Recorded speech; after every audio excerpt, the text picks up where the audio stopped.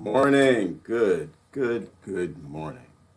I don't know who we got out and about this morning, but I don't know. It's the weekend. I was kind of going down a YouTube rabbit hole and kind of had a few thoughts, posting a few things, having some fun, some ideas came to mind.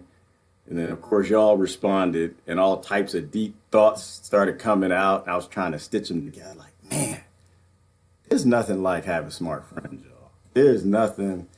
If you have a page full of lost people, I would recommend you spend time and find some smart people who think deeply. Like, so I had to make another pot of coffee because I was kind of having some thoughts. Like, sometimes the smartest person you might meet in your entire day is the homeless person sitting that you're stepping over that you barely see every day on your way to the office. Sometimes, I mean, and by smart, I mean smart in a specific way that you need for your life or something that's happening right at a certain moment or something that you need a little piece to a puzzle just to fit in. And that person might be, in a 1% way, a failure to the whole planet. They don't drive a car. They don't make any money. They don't drive up debt. They're not into consumerism. They're just on the side of the road. They're drunk. But they just give you that one little piece of information you need. And it's just like, boom. It makes sense. It all makes sense at that point. So everybody's on this planet for a reason, I believe. I don't believe in coincidence, and I don't believe people come into your life for nothing. I think people come into your life for very specific reasons. And if you're dumb, you never find out why. If you don't listen to them, if you don't talk to them, you don't spend time with them, you'll never figure out why. So anyway, so I'm just appreciating some of the feedback I get from you guys. It's kind of bringing together some of my thoughts for the morning. How's everybody doing today? Hopefully everyone's doing well. It's snowing here, so I'm just sitting in the grow room, picking my peppers. You see my peppers? Got my peppers. I know it's snowing outside in Pennsylvania, and I'm making peppers. It makes no sense. I know. Nothing I do makes sense. It doesn't have to. I just like fresh peppers. I like hot peppers. I like to make my own pepper. I don't mind y'all's black pepper in the grocery store, but I like to make my own. So I have a couple more pepper trees I need to pull some peppers off of. But and they're just pretty. Like there's one right here. I'll give you a close up. One of my little peppers just pull it off the tree. But anyway, I was thinking this. Oh, I'm sorry. I didn't greet anybody. This is my second cup of coffee this morning, so my mind is going to some interesting places. And it's crazy. I might get in trouble today, but that's okay. Hey, Rebecca, how you doing today? Kathy, Mary, Renee, Kate, Gretchen, Gabby. Nobody's going out in the snow today, huh? Patricia, Hollenbach. Brother Kenny is in the house, and Brother Jack and Vern. Okay. Got a whole bunch of y'all in here this morning. Sister Arlene. All right. But this is what I was thinking about today. I kind of got sent down this rabbit hole. And it's a delicious rabbit hole, too. So we're hanging out here at Mono Lake, y'all. Mono Lake. This is in California. And prayers going out to everybody in California, in that LA area around the wildfires. People, please do not breathe in the smoke. Do not breathe in that smoke. Get the heck out of there. I'm not getting into how the fire started. No, we're not going there. We have enough friends who've gone down those rabbit holes, and that's number one way to get your video deleted. I don't go down that rabbit hole. I respect Big Brother because I want to be able to save my 98% without it getting deleted. So I'm not going to go down that rabbit hole. But I will encourage you to do this. Pay attention to the videos that get deleted. That's all I'm going to say. I don't think Facebook is a bad guy. I don't think Twitter, Google, all of them. I don't think any of them are bad. They're just companies. They just want to make money. But they have to make money in an environment that allows them to make money. Anytime, if somebody, so someone posts a video, they go out, they say real quick, the British are coming. No, that doesn't fit. That doesn't fit. They post a video and say, the Russians are coming. And they turn the video off and the video gets deleted. The Russians are coming. That's all I'm gonna say about that. That's all I'm gonna say. So we don't really know what's happening in the wildfires. We do know that animals, wildlife are being hurt. People. I'm not sure if there was any loss of life. I really haven't paid attention to the news. But what I was saying about that is, hopefully, though, the fires don't touch Mono Lake. And I know somebody's out there saying the fire's going to burn the lake. What's he talking about? Hopefully the Mono Lake environment, I don't even know where it is in California, but hopefully it's not affected at all, because it is the basis of some phenomenal research that I think we need to pay attention to. And by the way, just an FYI, I want to let y'all know, some of y'all just, palm trees do burn, okay? Wet palm trees can burn. It's possible.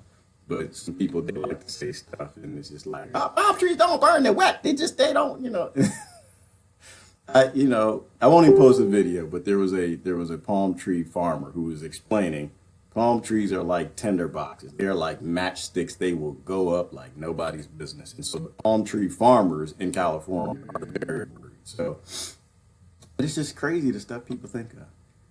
Toilets can burn. Sinks can burn the hell up. Eventually, if the fire gets hot enough, steel girders can burn and knock down buildings. But palm trees, natural stuff, can't burn. Okay. So anyway, not going down that route. I'm not talking about California. Delete the site. So however the fire started, what keeps it going? I don't know. I know this. We got snow here, and anytime human beings are in the way, you always got to say something for them. So anyway, I'm thinking about some crazy stuff this morning, y'all. Crazy stuff. No, I'm sorry. I see y'all talking about palm trees. I'm not ignoring your comments. I don't want to go down that road. I'd like for this video to stay up.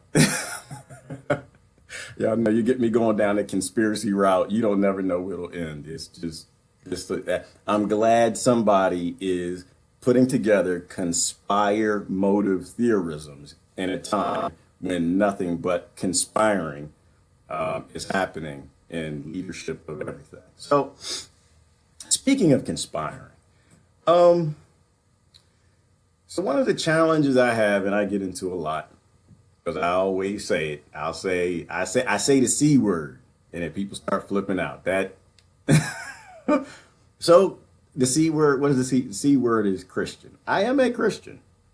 I might be the weirdest Christian you might ever know, but because my belief systems aren't tied to the belief that, and I have to preface this, but I don't preface this, then people lose it. They get lost.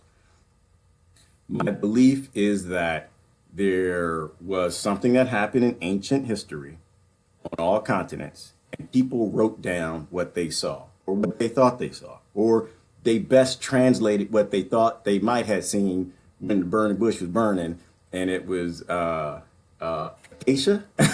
Acacia that has the psychoactive compound, but people write down things. And we all, after that, a couple thousand years later, kings would grab those writings and they delete some of them, they change a few lines. So those writings, scriptures burn up in the fire of Alexandria, and they're retranslated multiple times. They're canonization. I think what there were so many, I forgot how many canons there were.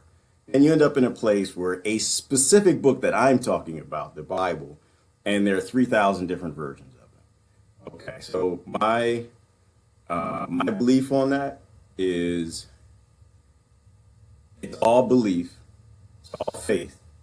Don't murder anybody from it. Don't kill anybody from it. Don't put anybody in any prisons from it.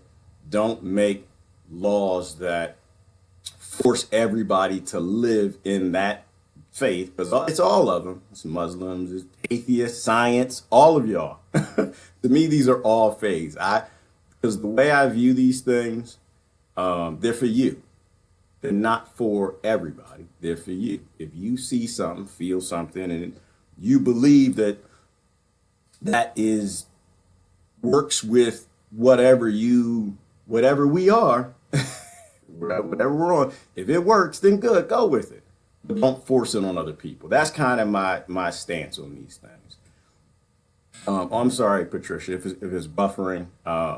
Hopefully y'all can hear me and what I'm saying actually is coming through. So I say that, to say this, that in my belief, I think science and religion are the exact same thing. I think that we are creatures that want to know the truth, and we want to discover the truth. But we have to have methods for figuring out what the truth is. And so what I appreciate, let me do this. What I appreciate, Brother Carl said something this morning that was real deep.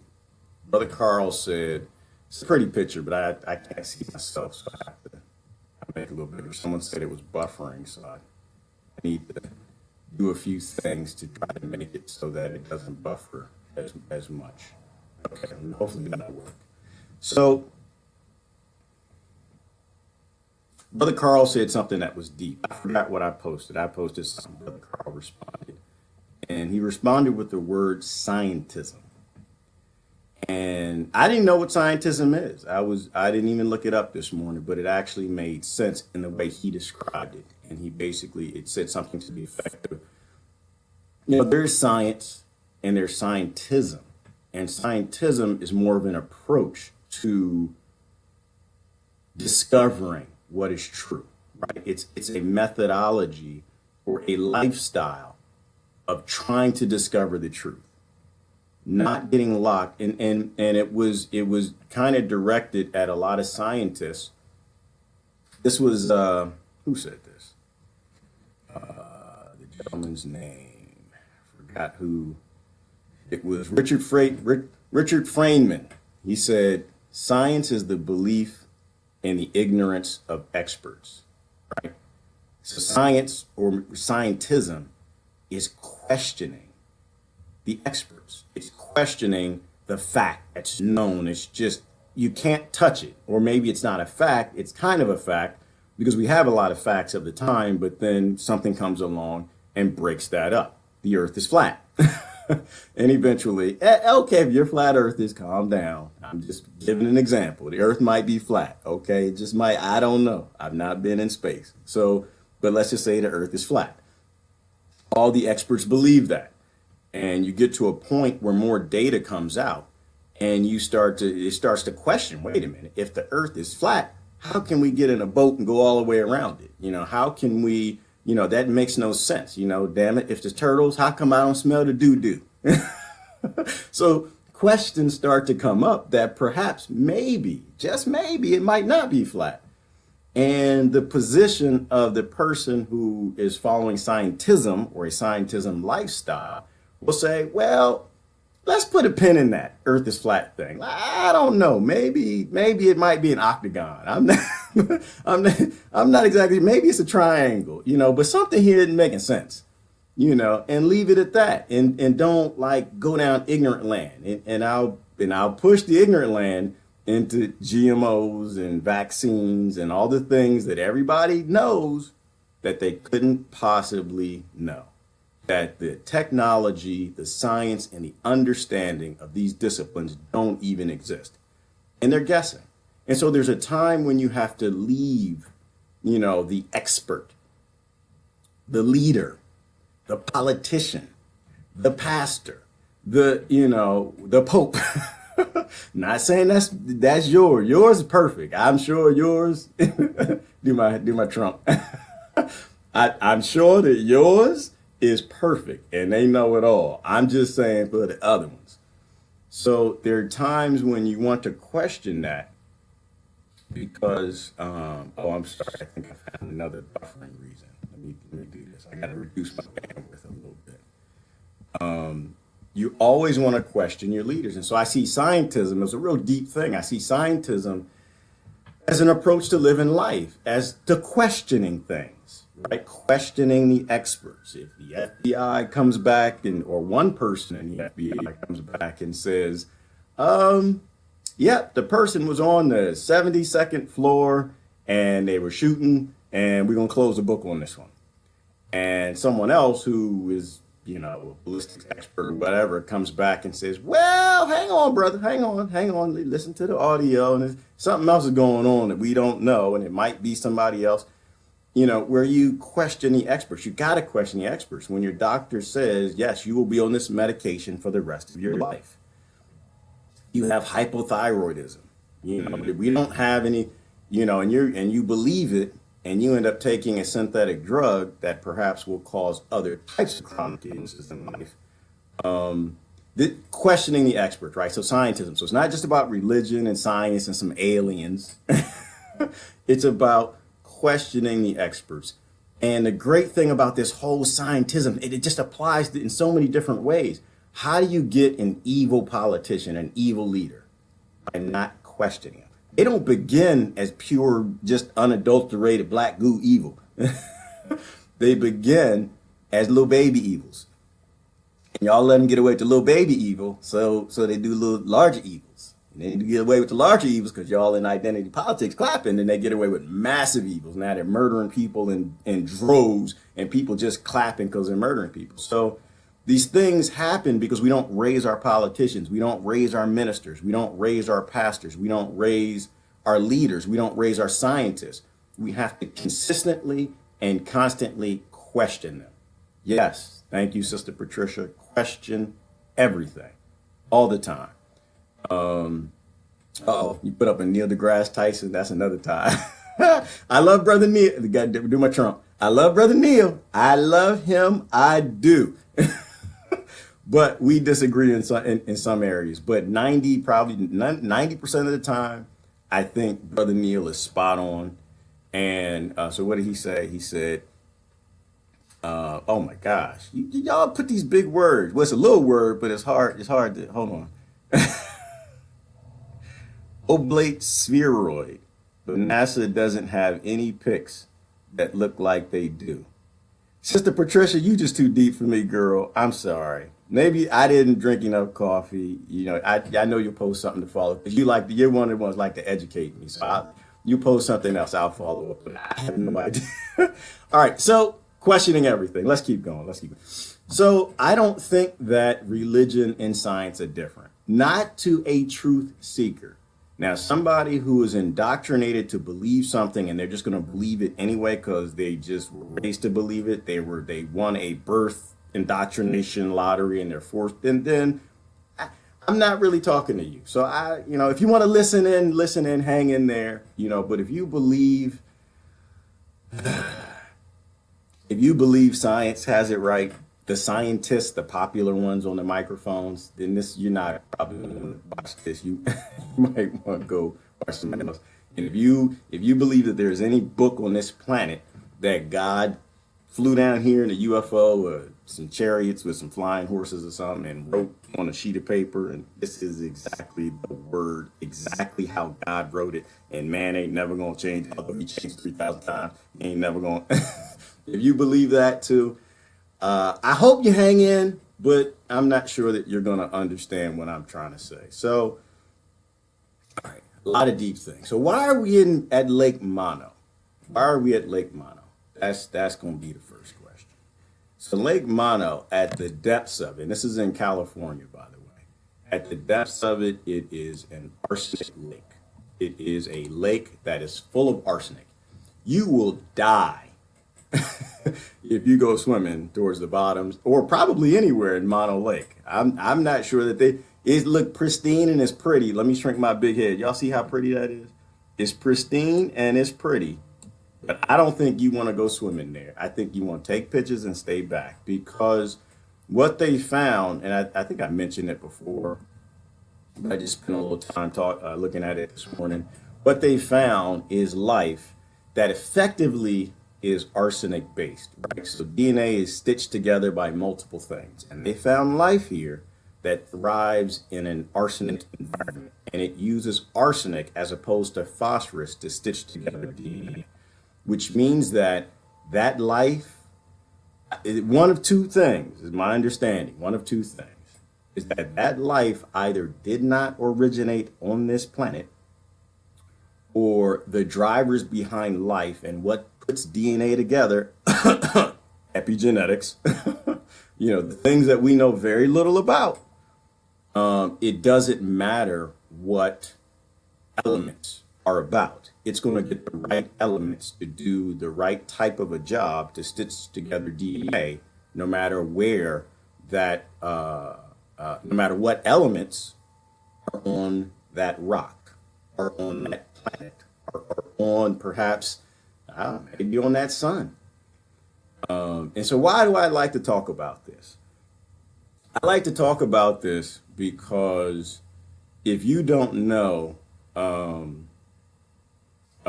if you don't know where you come from, you don't know where you're going. If you don't know what you are, why you're here, any of that, you don't know the future. You don't know where you should be. If you, hold on, I'll get some CPU warnings. Close up some windows. I got a bunch of stuff going on.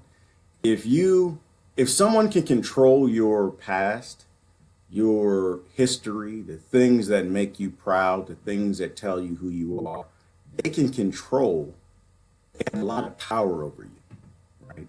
So, and one thing, I forgot who the researcher said, he said, basically we're a species with amnesia. If you go back beyond 3,000 years or so, we really don't know anything. The scary thing, though, is that there is evidence of language and writings going back almost, it was like 40,000 years. We start looking at some of the oldest cultures like the Aborigines. They go back way far. And so, but we have no idea what was back there.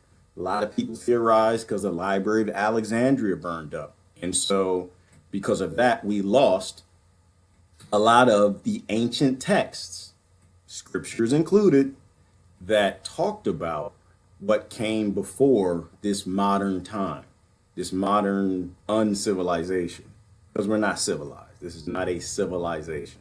Civilizations don't murder people, not for money and black oil, whatever it is, minerals. We're not civilized, but we can be civilized. And I think part of that becoming civilized is starting to figure out what we are, where we came from, what put us here. Speaking of what put us here, and this is the fun part for me, because I think it should be fun. I think if you're not trapped in an indoctrination that religion is evil or religion is always true all the time, if you're not locked into that, then you can seek the truth. But if you've already figured out, if you already know, then, there's not really much anybody can teach you. Your brain can't expand beyond certain points. And so one of the scriptures I love is it goes, study to show thyself approved. And what does that mean to me? To me, it means study everything. It didn't say study in a media ghetto. It didn't say study in a scriptural ghetto. It didn't say study in a version of the Bible ghetto. And it didn't even say study inside of Christianity. It said study to show thyself approved. And to me, what that means is you study everything. Because if there is some great all-powerful God or epigenetics or microbiology or fungi or Buddha or Allah, whatever it might be, some ancient race or whatever, then everything on the planet, by studying it, you're studying. By studying that, you are studying the sciences and the creation of that thing, perhaps. Whatever that thing is. Could be Big Bang, yeah, I don't know. I wasn't here, right? So that's why I don't debate things I don't know. Things I don't know, I'll listen to you because I'm interested in all the theories. And okay, hey, that sounds, hey, it's plausible. Damn it, might be, you know. But I'm not gonna pretend that I know. Like the people you want to kind of steer a little bit away from is people who pretend to know things they couldn't possibly know. And to my recollection, I don't think any of my friends were here at creation. I'm pretty sure. I'm pretty sure that y'all wasn't here at creation. So if you believe something and you have faith in something, then I'm cool. That's cool. I'm great with that. From a scientific perspective, you think that this and you see this in the lab and you're kind of sort of thinking, okay, hey, I'm good with that too. You know, but if you don't know, maybe you shouldn't act like you know. Maybe you should just call it a theory. That's why I'm saying, you know, when we look back at ancient cultures, a lot of people talk about creation myths. And there is no such thing as a creation myth. Because if we don't know what's true, how can we know what's false? Process that for a minute. If we don't know what's true, only an ignorant person will tell you what's false. Okay, so let's keep going. I probably made some people mad already. They can shut me off. I'm gonna go back and read my Gita. I'm gonna go read my Bible. I'm done with this guy. He crazy. I don't know. And God told me I don't know. God told me, and I'll tell you the scriptures that kind of blow apart a lot of the popular stuff that it just makes no sense. God told us that we have finite brains, that we don't even have brains to process the infinite wisdom, sciences, and knowings and understandings that this God thing knew. So if you have a finite brain, you couldn't possibly know it all. Maybe you shouldn't act like you know it all. I don't know. It's crazy. I know. All right, let's keep going. So all of this, it all relates to man bags. It relates to man bags, yo. What am I talking about? All relate. Let me show you some man bags. Man bags are more important than every war y'all got going. Man bags, we got to figure out what man bags are. Because man bags are everything. Man bags. What am I talking about? Man bags. Man bags. Well, I don't care what your politicians say, but I care about some man bags. Look at this. So these are man bags. These are man bags discovered all over the planet. All over the planet, from the Aborigines to the Mesopotamia to the Sumerians. All these different cultures all drew pictures of things, you know, things that came here that had man bags. Man, I know. I don't even know what to call y'all because I get in trouble every time I say something. Y'all, everyone changing the daggone name. But all of my, I guess I'm going to say homosexual friends, whatever, alternative. I don't know what anyone goes by anymore. They're mad at They're like, yeah, we man bags. But man bags, it's possible that the ancient aliens were homosexual. It's possible. I don't know. Again, I wasn't here. But anyway, the point is, y'all, they had man bags. And if ancient cultures thought it important to highlight these creatures that came here, and mind you, these are civilizations that, to our knowledge, never interacted. None of them. But they all drew pictures of these creatures with wings and that came from, you know, and fish. But they had these bags. And the great question is what the hell is in them bags, man? What's in them bags? Somebody tell me. Can you tell me what's in them bags?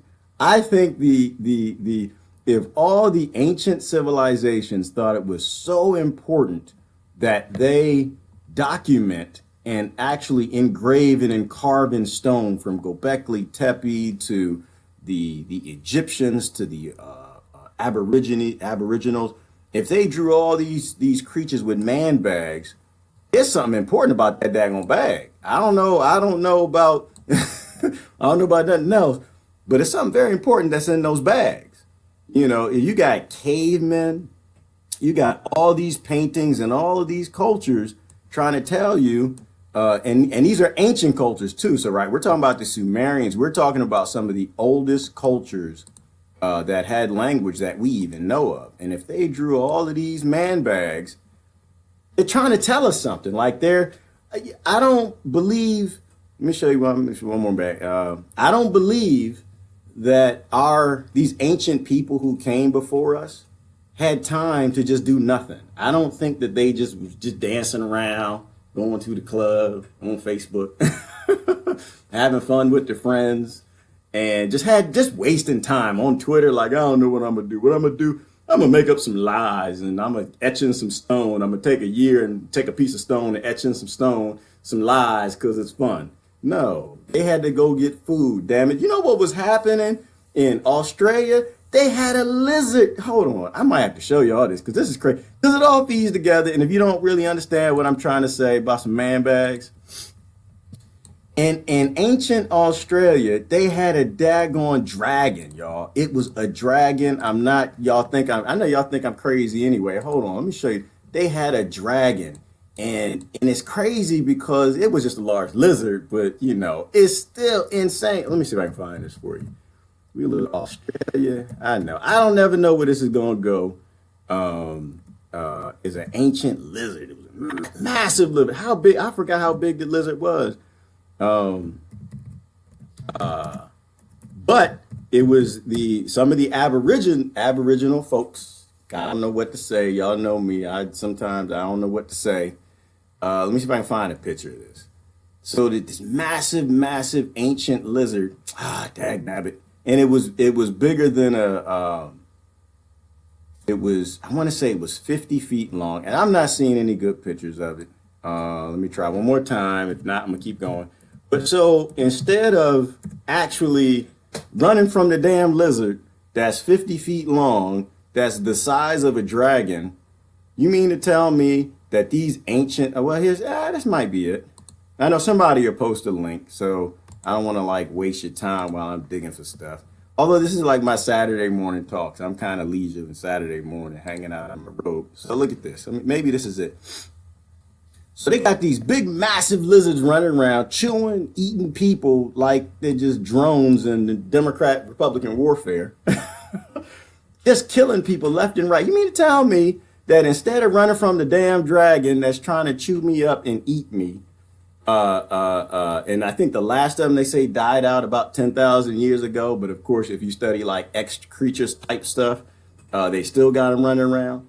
It's a 50-foot lizard, and I got time to go and find a piece of stone and etch out, draw on some cave walls and etch out something that's not important to the next generation. I think the only thing that we would spend a lot of time and document today, like they would back then, is something that was significant to the future. And the fact that multiple continents did it, multiple continents that had minimal to no contact, not significant anyway, not where they would all draw up some handbags, some man bags. It means that whatever this thing showed up has something real important in that bag. And they made sure, damn it, the future, ching, ching, ching, ching, ching. You know, as they got the stone and the ding, ding, ding, ding. The future gonna know about this because I ding, ding, ding, ding. Damn it, I'm not gonna eat today, but ding, ding, ding, ding, ding. I'm gonna make sure that this stone and ding, ding, ding, ding etched up so the future and the future generations know that this thing showed up and it has some man bags. And they draw the wings on the back of it. And you can go look online. There are tons of videos speculating about why they put the wings. They say because they flew in. Let me show you this. The Aborigines believed in a creation creation theory, that this was the mother, and that the mother showed up one day.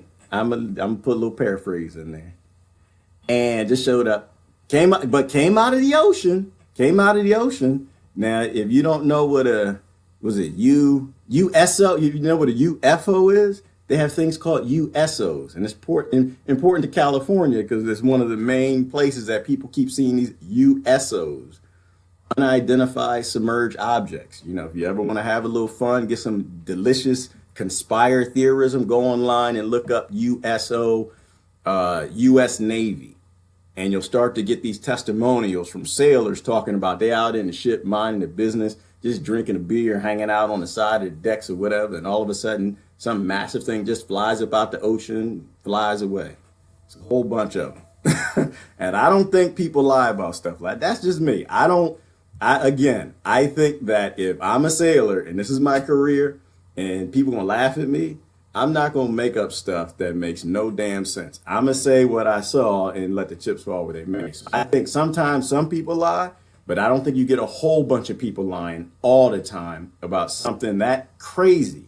And at the time they were saying this stuff, this was what started at like World War II up till now. Like you were a nut job if you said that something flew out the ocean. So anyway, so Lady Mother came out the ocean and she had a whole bunch of bags with her. And in those bags, she had the keys to creation. She had the seeds. Hold on, what did she say? It had the seeds, the languages, and the cultural identities for creation. And she distribute those throughout the planet. Imagine that. And then all over the planet, you got people drawing man bags. Etching, ting, ting, ting, ting, ting. Something there. So how does this all kind of, it was, hey, Gretchen, it's unidentified submerged objects. I think that's what they call it. And I think the military actually use that because they come up with all these names for like Russian subs, because Russia did it. I didn't know Russia did it. Anytime they saw a submarine, Russia, German, whatever, it's an unidentified submerged object. And so now that actually applies to multiple things. And there are a whole bunch of good sightings about the submerged objects. So anyway, does it apply to the mother? I don't know. Does it apply to creation and the Bible and the theories of, when God first got here, it was flying over the oceans, which is in Genesis. And I always wonder, well, what the hell was God flying in? Actually, I asked my father that. Dad, I didn't say the hell. I didn't say that. I just said, what was he flying in? And why was water already here? And, and some of our scientists always talk, our astrobiologists talk about for life, there has to be water. And so this creature, God thing got here. And when it got here, it only came here to start life because there actually was water here. I think we might be a colony. So it's all very, very interesting. And now we know that life doesn't have to be carbon necessarily based. It doesn't require the building blocks that we thought it did. The DNA can be stitched together. And this is why I think it's important. I think it's important because based on Lake Mono in California, what they're telling us is life is possible on every planet, everywhere throughout all solar systems, everywhere. They don't have to be in a Goldilocks zone. Life actually can be anywhere. And if that's not the most phenomenal understanding and statement that I've ever heard, then I don't know what is. Because if life actually is everywhere, and I want to show you something. I'm not sure what I wanted to show you, but if life is not everywhere, if life is everywhere, what would we be thinking about today? Would we be thinking about where Israel is going to place its capital? Would we be thinking about how do we get Donald Trump out the office and get our own corrupt leader back in? Would we be thinking about, oh, well, I'm okay with the minerals in this smartphone because these minerals, they're not all over the universe. We can't have them and do some trade with something else that's out there. If life were teeming all over the planet, all over the universe, on every single planet, everything we would be doing would be focused on like this. Everything that we would do, everything we would think about would be focused on looking up. Why? Because every ancient culture did that. If every ancient culture looked up and said something came out the sky, wrote something down on paper, etched something in stone, it ended up creating a religion or these myths that y'all call them myths. I don't call them myths. But if that's what we did, then that's what we would do today. And if that's what we're doing today, you know what that would do? The side effect of not understanding and not knowing what's up there, or knowing that there's a whole lot up there that could be significantly more advanced than what we are, the side effect of being scared is called unity. That's what it's called. If we actually knew that we aren't the only game in town, people would stop fighting with their neighbor over the color of their eyebrows. They would stop fighting with the neighbor because they didn't put some trash on the wrong part of their yard.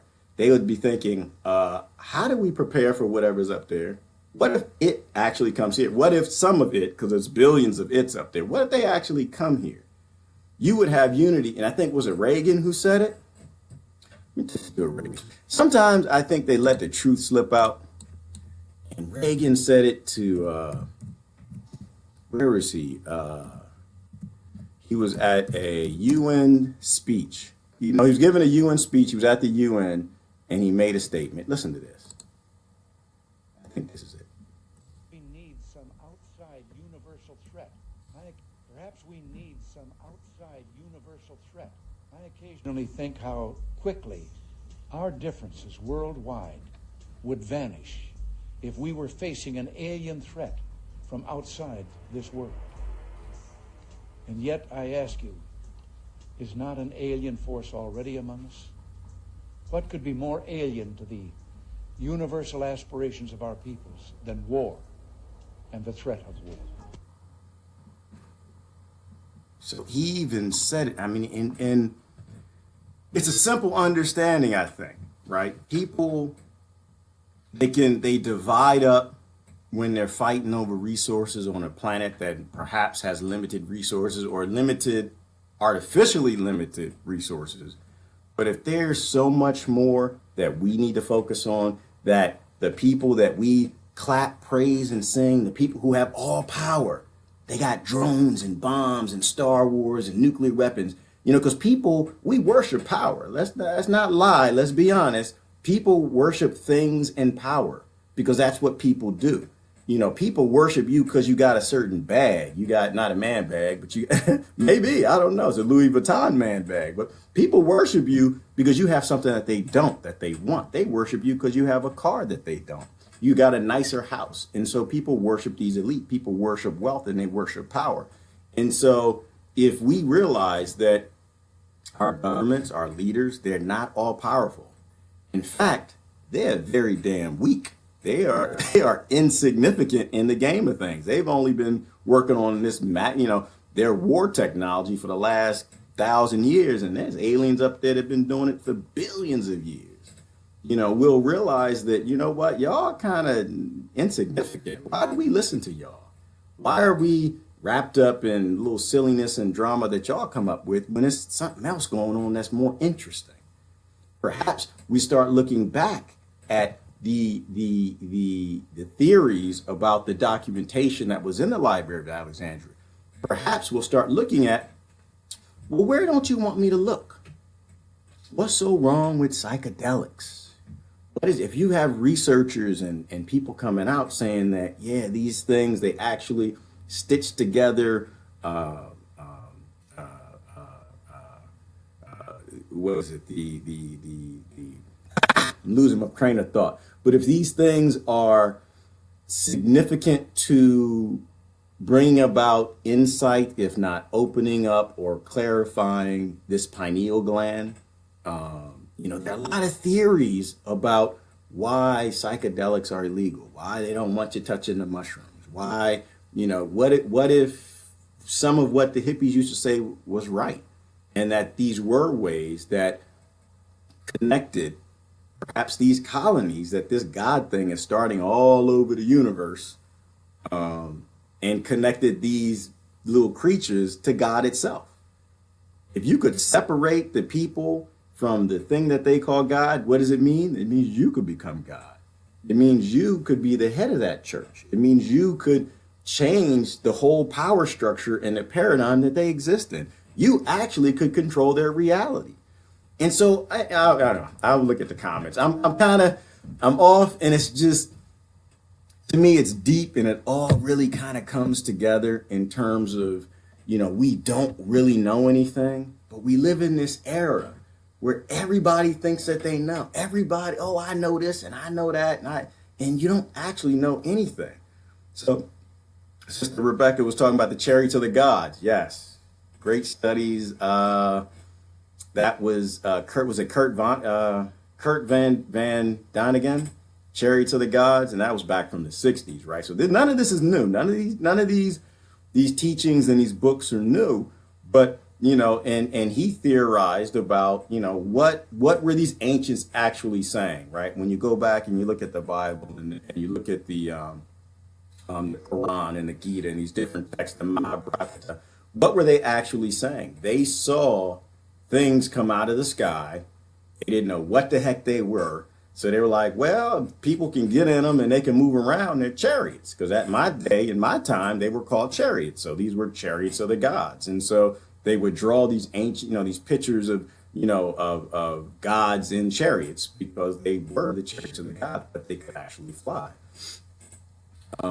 Mary said life is everywhere. And that to me is a very true statement, because if you look at the planet Earth, everywhere we look is life. Everywhere. From the bottom of the sea, they said, can't be no life down there. We go down there, it's life. In lava, can't be no life in lava. We find out there's life. The hot springs, too hot, can't be no life. Nothing can live there. We find out it's life in hot springs. And in fact, there's life at the bottom of the ocean because they thrive on the sulfur that comes out of the hot springs. And so if there is a God that made life, then it has an affinity for life and it puts it everywhere. If he put it everywhere on the planet, do you think it would make a whole universe and not put it everywhere out there too? Life is everywhere. This whole thing, I think in time we'll probably find that there's actually probably life in outer space. It's stuff talking about some creepy stuff. There was a guy who made a home telescope, and I forgot all the details, but he was actually looking up a real powerful home telescope. And he actually was seeing massive structures in orbit around our planet. Massive structures, multiple colors, and they changed. They were constantly changing. And I this was a long time ago I was looking at it. It was crazy. And I was like, what the heck? But it's possible. Why can't there be life out there?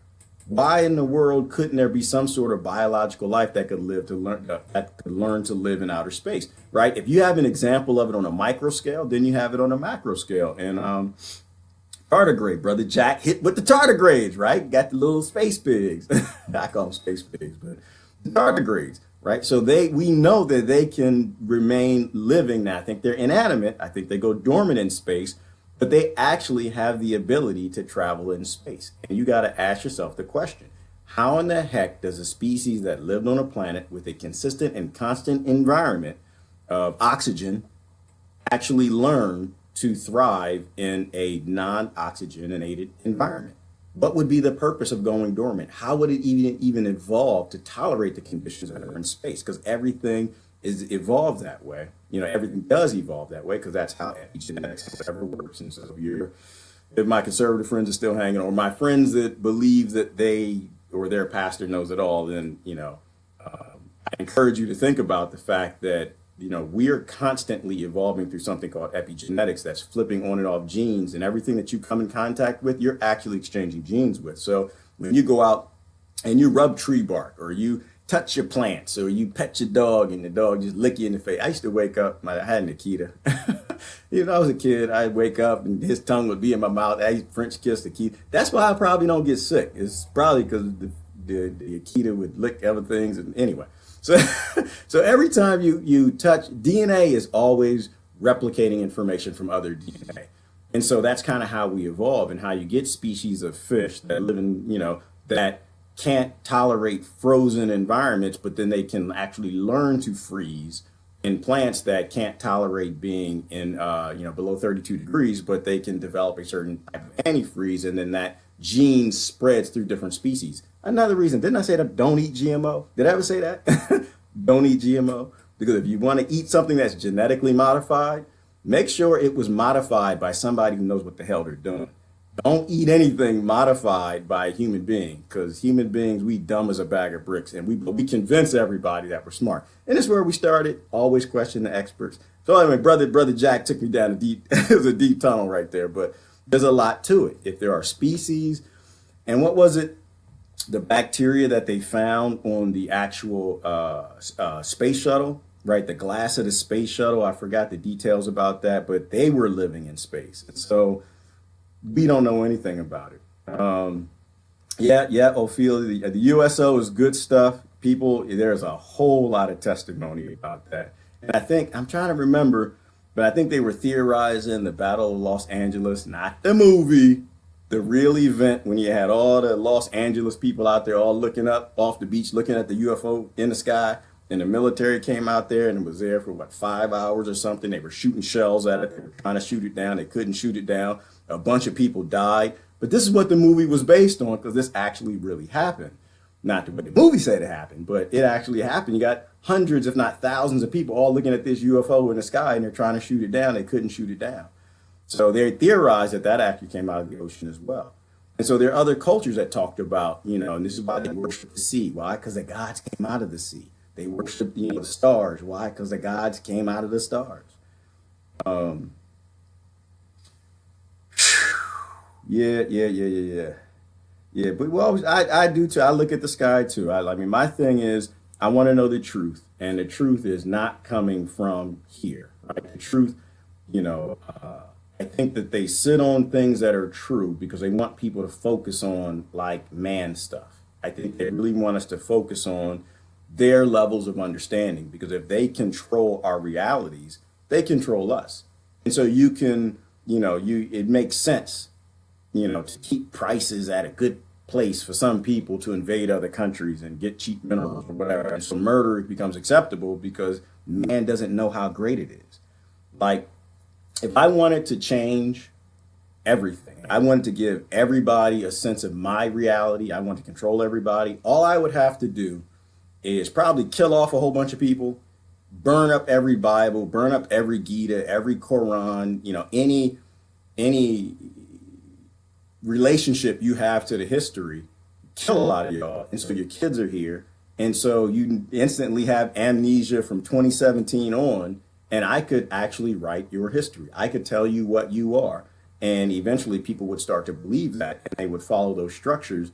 And so I effectively could have wiped your memory as a species, and you wouldn't start questioning it till you start finding cities underwater, like off the coast of Japan, where we don't even know who lived there, where they came from, and they weren't even on dry land for thousands and thousands and thousands of years. Tammy said the alien problem will be the next fear agenda when Russia stops working. And that is, Tammy, that's a good one. I'm trying to remember where that came from.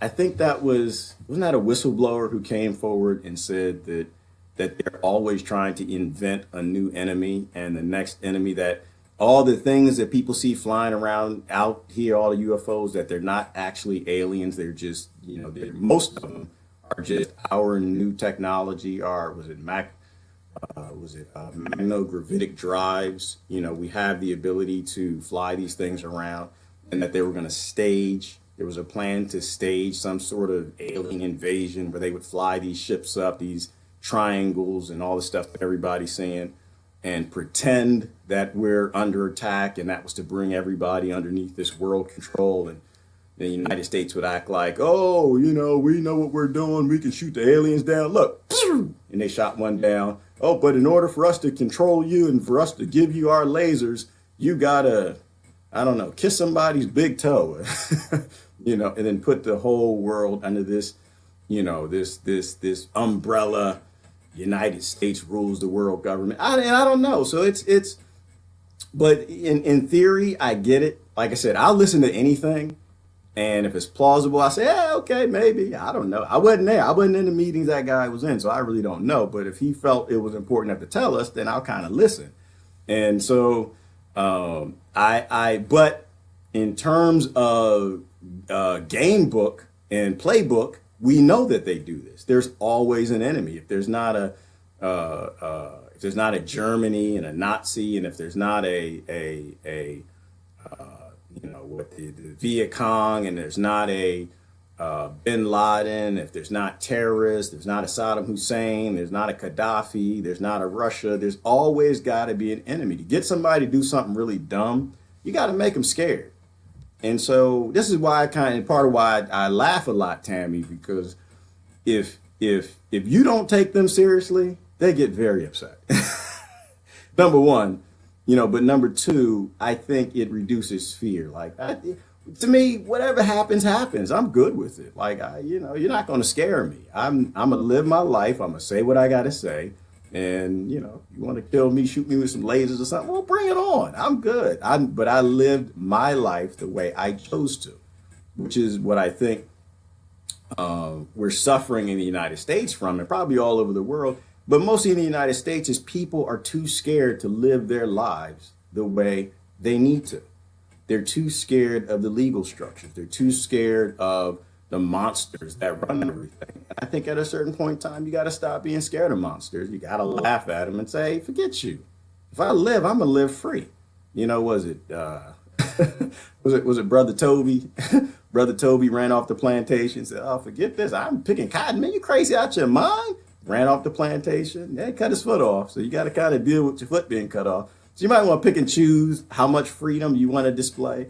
But, my basic concept is don't have any fear. Live your life. You only have one. Live your life. People, the DEA and all this ignorant stuff with the war on drugs. And if you get sick and you need medicine, hopefully you can leave the country, go somewhere and get your natural medicine. But take your medicine. Do not fall in line with these idiots. They need you to fall in line. They need you to be scared. Do you know what happens when America stops being scared of their government? The whole world will change. Because right now it's the American government that's the problem for the whole world. When Americans stop shaking in their boots and I got to be a Democrat because I'm scared of Trump. I got to be a Republican because I'm scared of Obama. When people stop shaking in their boots and say, no, I know both of y'all did some good stuff. Both of y'all are crooks in your own ways, So anyway, fear is just a horrible thing to stay away from.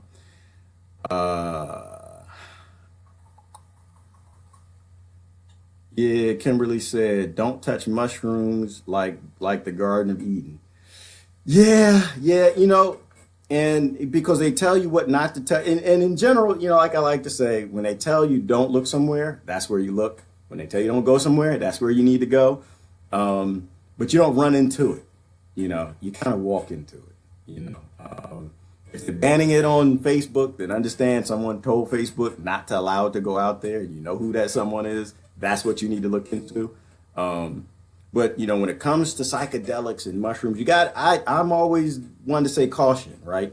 Because you could run in the cave and maybe there's a genie in the cave that's going to teach you something. But you're not supposed to run in. You're supposed to walk in. You run in, the genie, you're scared of genie. You're like, oh, my damn, oh, you end up dying. So psychedelics are something that I think you want to walk into. I think that, what's fascinating to hear is that on Silicon Valley, there's a big thing now for microdosing where a lot of your engineers, your software developers for these major corporations are actually microdosing to expand brain activity. So it's deep. It's a deep thing. It's being studied. I think Paul Stamets is one of the great researchers behind it. So mushrooms are a fantastic thing. A little scary. Be a little careful because we're detached from, that wisdom and shamanism and how to use these things and why to use these things, maybe when to use these things, perhaps what not to do while using them, and damn sure not to do it in the United States because they'll put you in prison for damn near everything. That's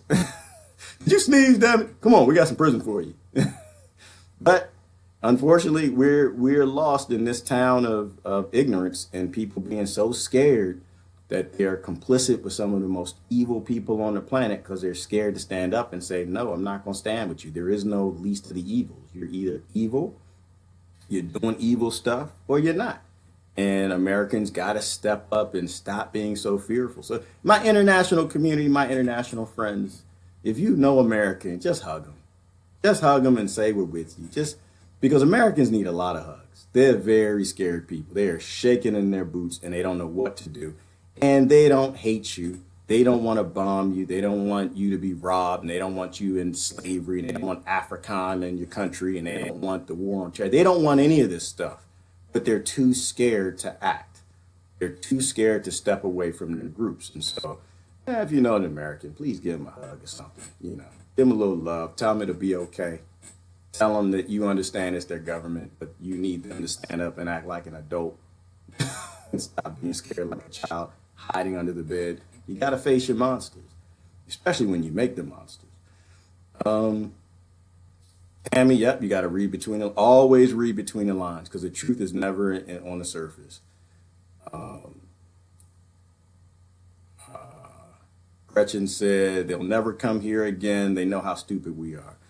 I think that they're coming again, Gretchen. I think that they kind of come peek around the corner like, are they still crazy? Yeah, they still crazy. All right, not now. Wait 1,000 years. They peek around the corner.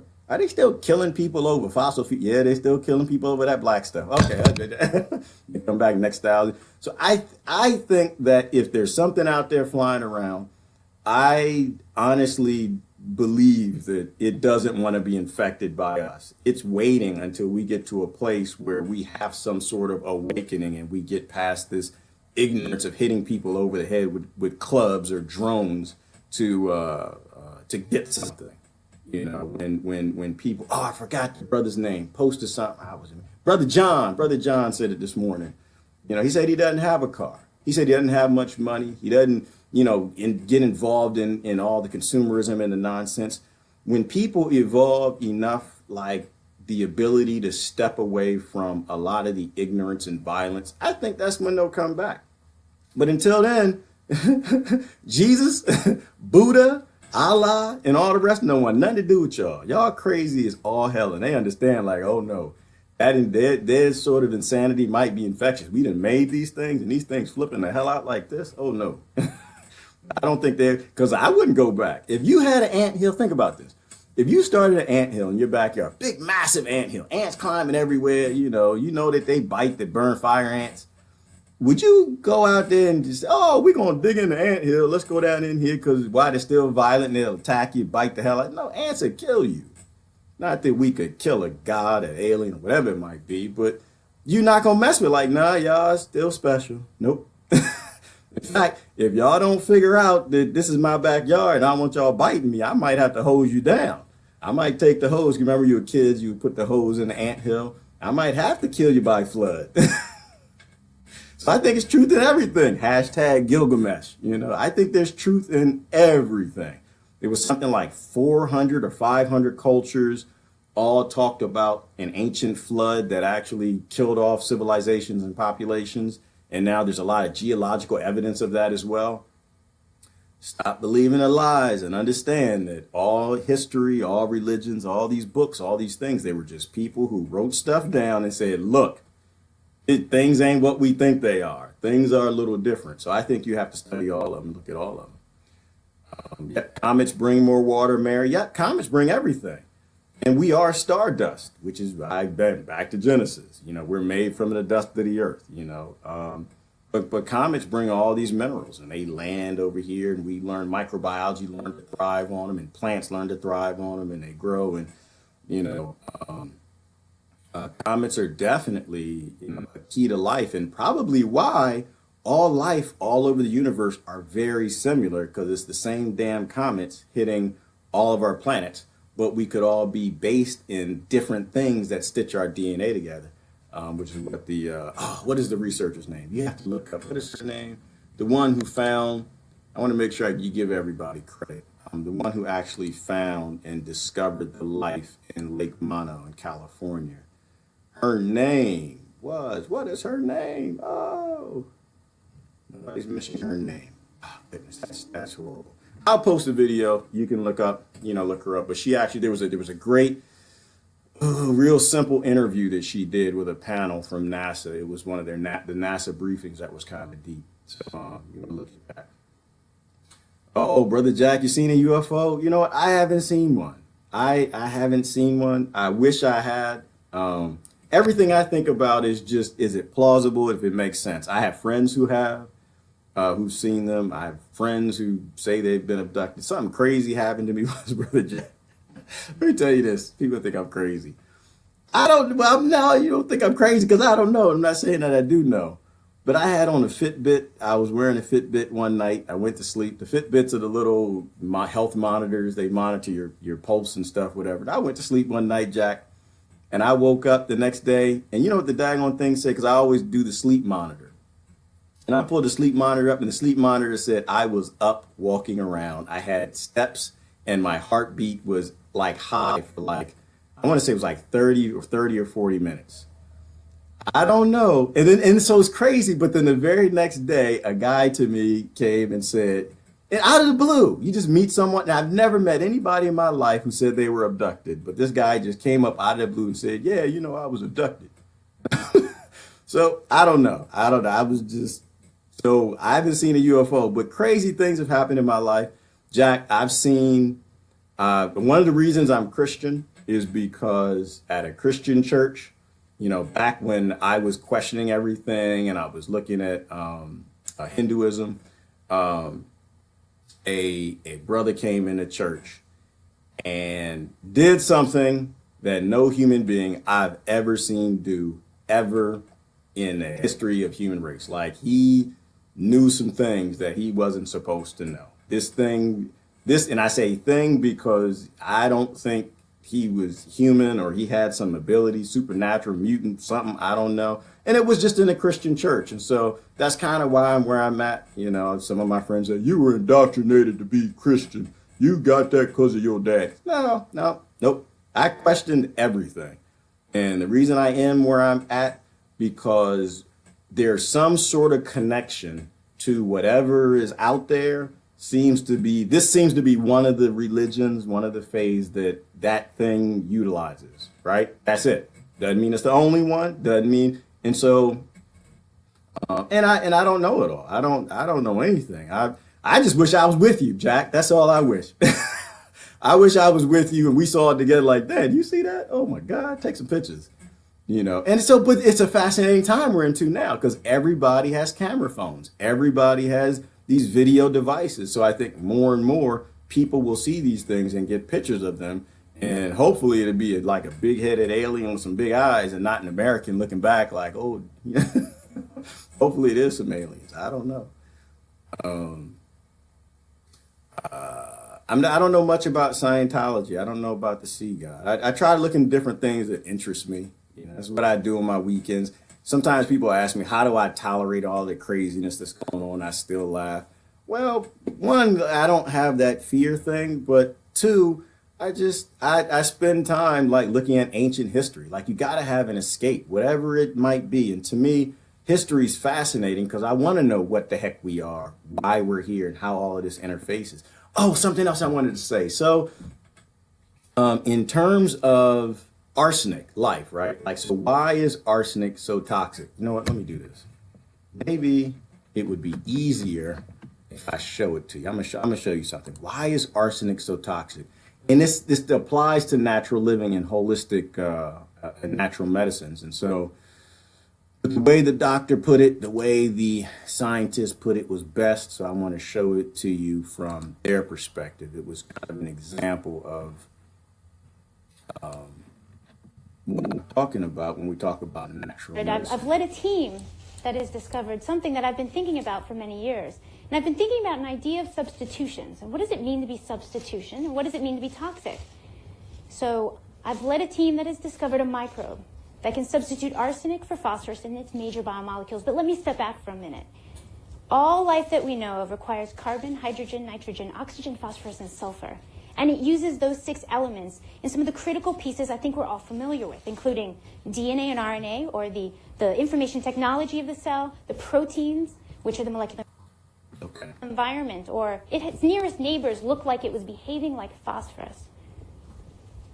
So it was associated, it was inside the cell, it was somehow associated with the DNA, and it had this chemical environment, or it had an analogous sort of, it's like sitting at a dinner table and you and your neighbors and how we might see that you were all around. Well, what should be in the place of phosphorus looked like it was arsenic. We measured it as arsenic. And so let's look at an artist's rendition of what we think is going on in the cell. Let's roll that animation, please. So here we're seeing the beautiful, elegant structure of the double helix of DNA. And what I want to highlight is the phosphate backbone, we say, and that's the light orange balls. And it stitches together, as we see, the edges of DNA. It holds together the DNA, the backbone. And so what we think is happening, what all the evidence we've collected suggests, is that instead of these, we'll see these orange, light orange balls disappear. And represented by green balls, we see that arsenic would be substituting for phosphorus in the backbone of DNA. And you can see how critical this component of the DNA might be. So what she was just explaining, just to kind of put up my wraps on it, is that so the reason arsenic and some compounds are so dangerous to us is because our bodies mistake them for something else. And so phosphorus and arsenic are very similar. I'm not a chemist, but in terms of size or shape and how they interface. And so your bodies don't know. They see it. They look at the arsenic like, oh, damn, that's some phosphorus. We can make some DNA with this. They start stitching the DNA together with phosphorus and it falls apart. And so, and they'll do it again, and they'll do it again. And this is why if you take arsenic, it's starting to manufacture DNA, and that DNA is actually killing you. So it's making all sorts of dangerous environments in the body. And so that's why arsenic is so poisonous to you. And so I use that in my natural medicine discussion. Like, think about this. If your body is it's not that arsenic is the bad guy and it's horrible and it's evil and it's the demon. It's not. And it's not that GMOs are, or the compounds they make are, or the synthetic drugs are, or it's just simply because your body doesn't recognize it. It doesn't know what the hell it is. And if it mistakes it for, one of the stitching blocks of life, or utilized for something in the body, or utilized by your white blood cells or immune cells to do something, and it takes in this other thing that it kind of mistook for something else, which is one of the dangers in synthesizing and trying to mimic natural things with the nonsense we do in labs and releasing it on the general public. That I think it was one of the best explanations. There actually was another one. I don't think maybe I showed it to you. There was another scientist who kind of explained it in another way, and it's deep. And these are the cases for, I'm not going to show it to you. These are the cases for living natural and being holistic, because it's not that we know it's not that these things are harmful. It's just that our bodies don't recognize them. And so you can get people who jump up and hoop and holler about vaccines and all this stuff. Again, if you didn't have it, if your body has never had it, then it won't recognize it. Something else I wanted to show you. There was and so when we first went, the Viking landers, I don't know if you guys know this. So they kind of believed and understood that there's going to be a lot of life in the solar system that we don't recognize. And there were some very forward-thinking scientists who realized that there probably is life on every daggone planet everywhere. And I still don't think they want people to know that, because they want you focused on this planet, the drama, instead of that we're not alone. There's help up there somewhere, probably. And plus, it helps to keep like a lot of the ancient belief systems and religions, myths, because everyone's focused on this and they don't realize there's some great creator thing out, some great genetic engineers running around creating life. And one of those scientists put an experiment on the Mars Viking lander where they discovered life, but they won't tell you that. Let's see. Hang on. Let me show you this. This brother. So they knew that there was life on Mars a long time ago. Robot arms scooped up a sample of Martian soil to look for life. For Gil Levine, who designed one of the 3 life detection experiments, it was a turning point that has left him at odds with many of his Viking colleagues. In the 20 years since we got our Viking results, I have never let a day go by when I haven't thought about those results. Officially, Viking did not detect life on Mars. But that's not how Gil Levine recalls the outcome of his experiment 20 years ago. It was about 7:30 at night at JPL. Pat Stratt and I were huddled over the computer which was spitting out the data. And we looked and we couldn't believe it. The first clip of data represented the first 8 hours of the experiment. And there was a startling positive response. The experiment involved analysing some Martian soil in a miniaturised on-board laboratory. The sample was moistened with water containing radioactive nutrients. Any radioactive gas given off might indicate life. If so, then heating the soil sample should kill off the effect. To confirm whether or not the response initially obtained was biological in nature, a second sample of the soil was heated to 160 degrees centigrade for 3 hours, cooled, and the experiment was repeated. We held our breath and waited anxiously for the same data to come down, and lo and behold, the response was nil. There was no response after heating of that sample, completing all the evidence that everyone had agreed to prior to the mission that would confirm the presence of life. I won't play the whole thing, but Gil Levine, that's the brother. And so they discovered life a long time ago. They've known.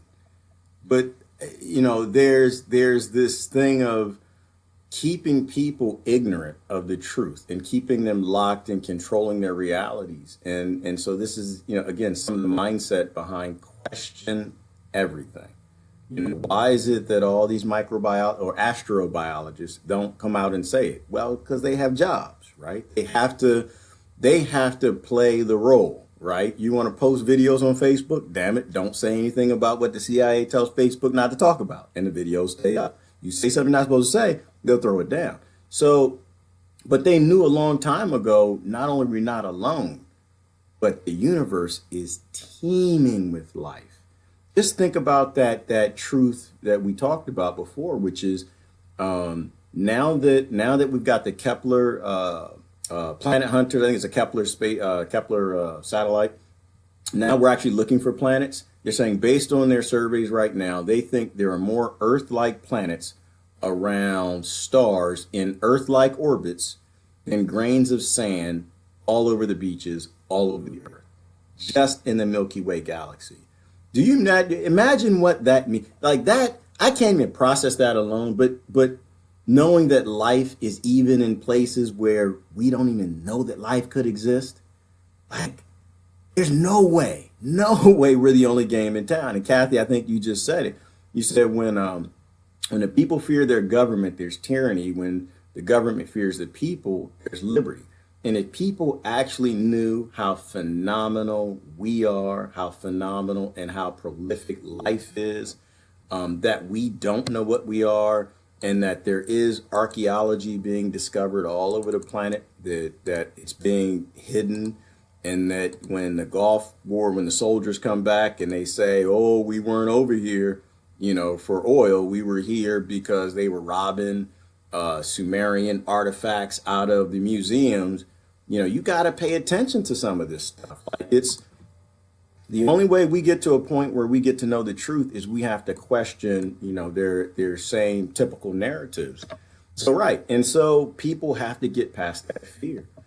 Yeah, Emily, is called microdosing. Okay, you already know about microdosing. Okay, that's what it's called. And I don't think, you know, when greed and big corporations come in and they get a lot of their people doing that stuff, and I'm not sure if the corporations are involved in it, but if you're a programmer, I used to be a programmer, and you work in a high stress environment, and you know that coffee helps you think, damn it, every day you're gonna drink coffee. How did y'all addict me to coffee? I'm gonna tell you how Generation Y, how y'all got me addicted to coffee, because all y'all's fault, just like it's Russ's fault. I got addicted to coffee because I had to go in the office and I had to be the boss, and I had to know more than what you knew. And the funny thing is some of y'all on my profile got me addicted to coffee, coming to my place of work, working for me from Drexel University, and y'all knew what you know, you've got to work. Oh, just brains, just passageways firing. You were just on fire, just knew this, quick answers to everything. The only way I kept up is I drank my caffeine. I drank my coffee. So I promise you, if in large numbers they are in Silicon Valley microdosing, there is something to it. I promise you. It may not just be alien technology, which is why we're advancing so fast. It might largely be because there are a lot of people who have abilities that a lot of us don't have, because they found they're tapping into something that's helping evolve the brain and how we think. If you really want to see the crazy stuff, I guess it was about 3 weeks ago we posted it. The interview Joe Rogan did with Paul Stamens talking about fungi and how intelligent it is and how it actually redesigned the Japanese subway system in a more efficient way than what human beings did. Go look that up. That's some crazy stuff. We just don't know. And it's okay saying you don't know. People say you don't know. It's okay saying you don't have to know everything.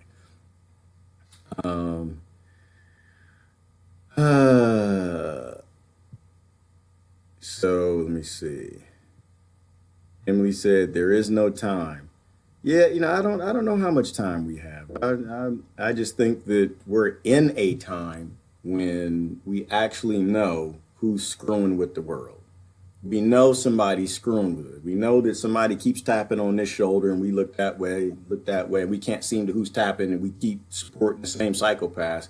I think that we live in a time with the internet where we can talk to people all over the world. And why not just go ahead and do what we got to do? Hey, brother Mark, how you doing? Hey, Sharon. We're just talking. I saw Claudia and Debbie. They left me, y'all. They left me again. They some elitists. They didn't want me to go. No, that's a lie. They invited me. They did. I couldn't go this weekend, so and plus I couldn't go in. It's snowing like crazy. Y'all can't see it. It's snowing like crazy. I'm picking my peppers, Sharon. They see I got my peppers.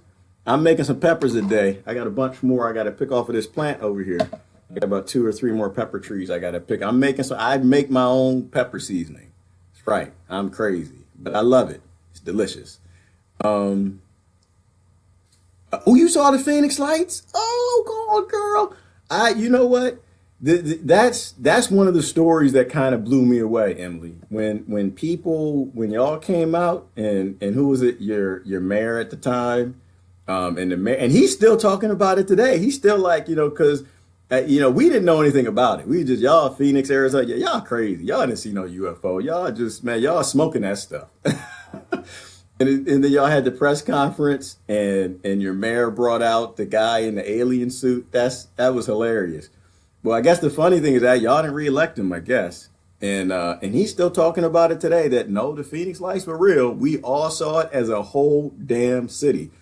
And so I'm glad to hear that. I love to know people who've seen these things. I know people who work for NASA, and they've seen the UFOs and the imagery. So we know something's here. Mathematics and numbers existed before humans. I think everything existed before us, Emily. I think that, if we really pay attention to how old a lot of these teachings are, how young and actually really, really lost the human species is, I think that everything was before us. I actually believe, Emily, that, and I don't know, because I wasn't there. Again, I'm not saying I know, so don't debate me on nothing. I don't debate anything that I don't know. I just say, that's interesting. But I think that we are one of the youngest species in the universe, right? Like if the Earth, they say, is about 15 billion years old, and life really didn't start doing anything in the soup here till about 1 billion years ago, and that's probably when they started sending probes to prepare the planet. And we've only been around for the last 200,000 years. That means that there are species that are probably billions of years old. I don't think we're the first colony, God or microbiology or quantum physics or Buddha, Allah. I don't think we were the first planet he got to. I think there were a lot more planets. That's assuming he's a he. He could be a she. So I don't even get into that. But I'm gonna see if I can find it. Now you done sent me down this avenue, Emily. I'm be on here. I don't know how long I'll be on here. But you sent me down an avenue. Let me see if I saved it. There was a guy talking about, here it is right here. We're going to watch this. It's applicable to the discussion. That's not applicable. Oh, but I love these questions. Which of the following have you seen online advertising for recently? I don't watch TV, so I don't even have to read them because I don't watch TV. I'm not stupid. I'm sorry. I know y'all brainwash people.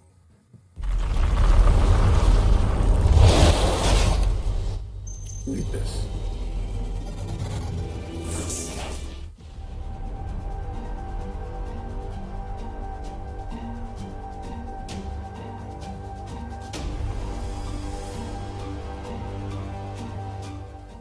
Scientists in the UK have examined a tiny metal circular object and are suggesting it might be a microorganism deliberately sent by extraterrestrials to create life on Earth.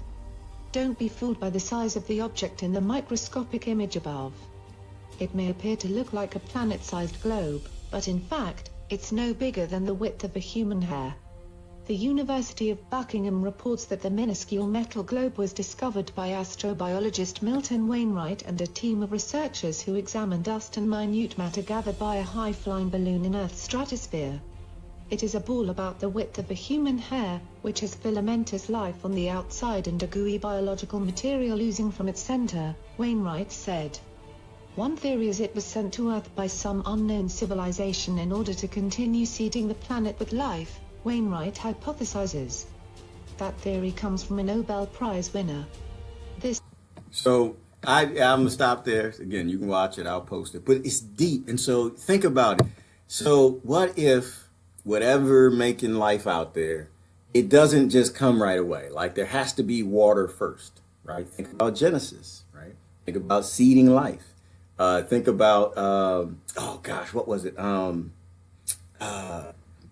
Preparing a planet, like engineering it. What do they call that? They did it in Star Trek, where they start to prepare a planet, they drop seeds of life, and they did it in that movie Prometheus, where, and so what these are like little metal balls that they were studying, and there was some sort of goo. Some of y'all call it black goo, I don't know.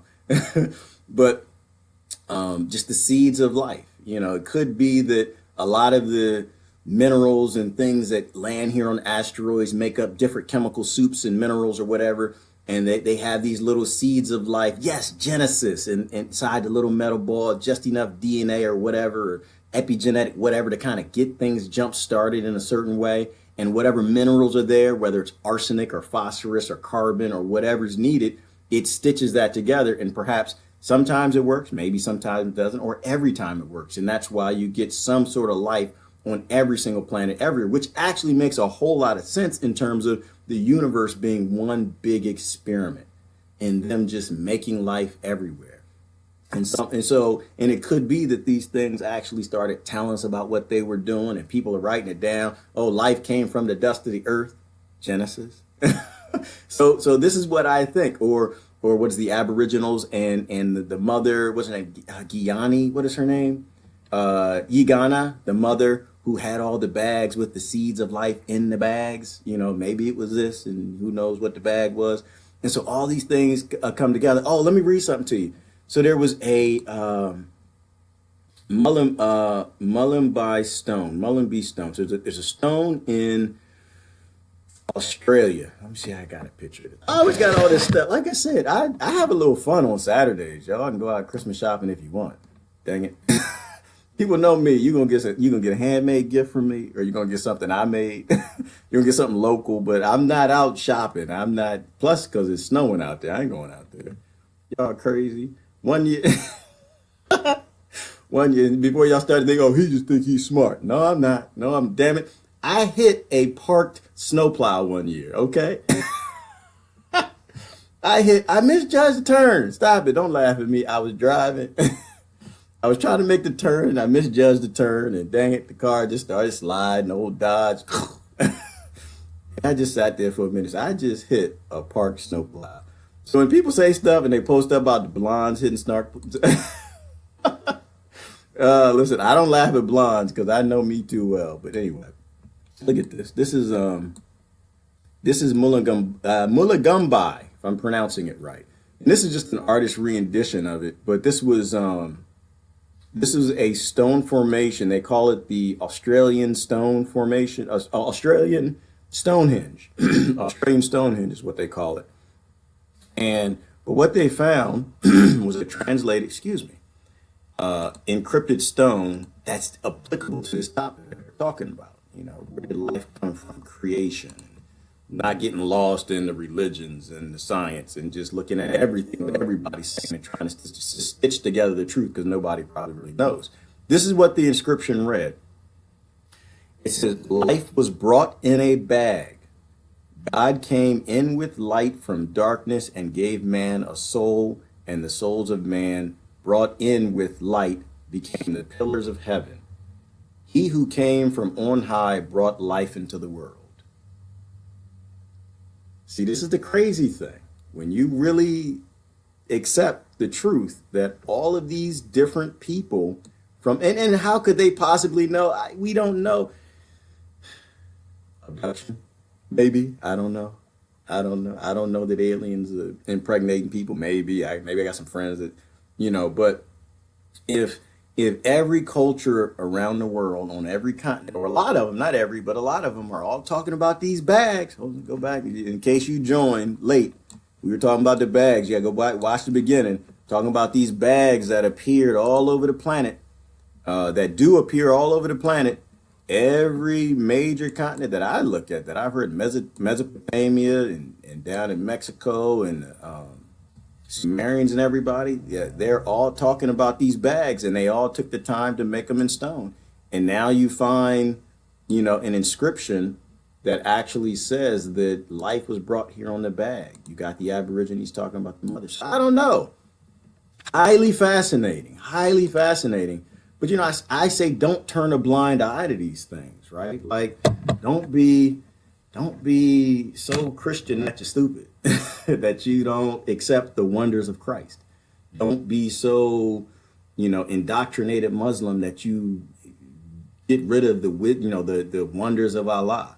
Don't be such a pseudoscientist, need to get grant money, Neil deGrasse Tyson,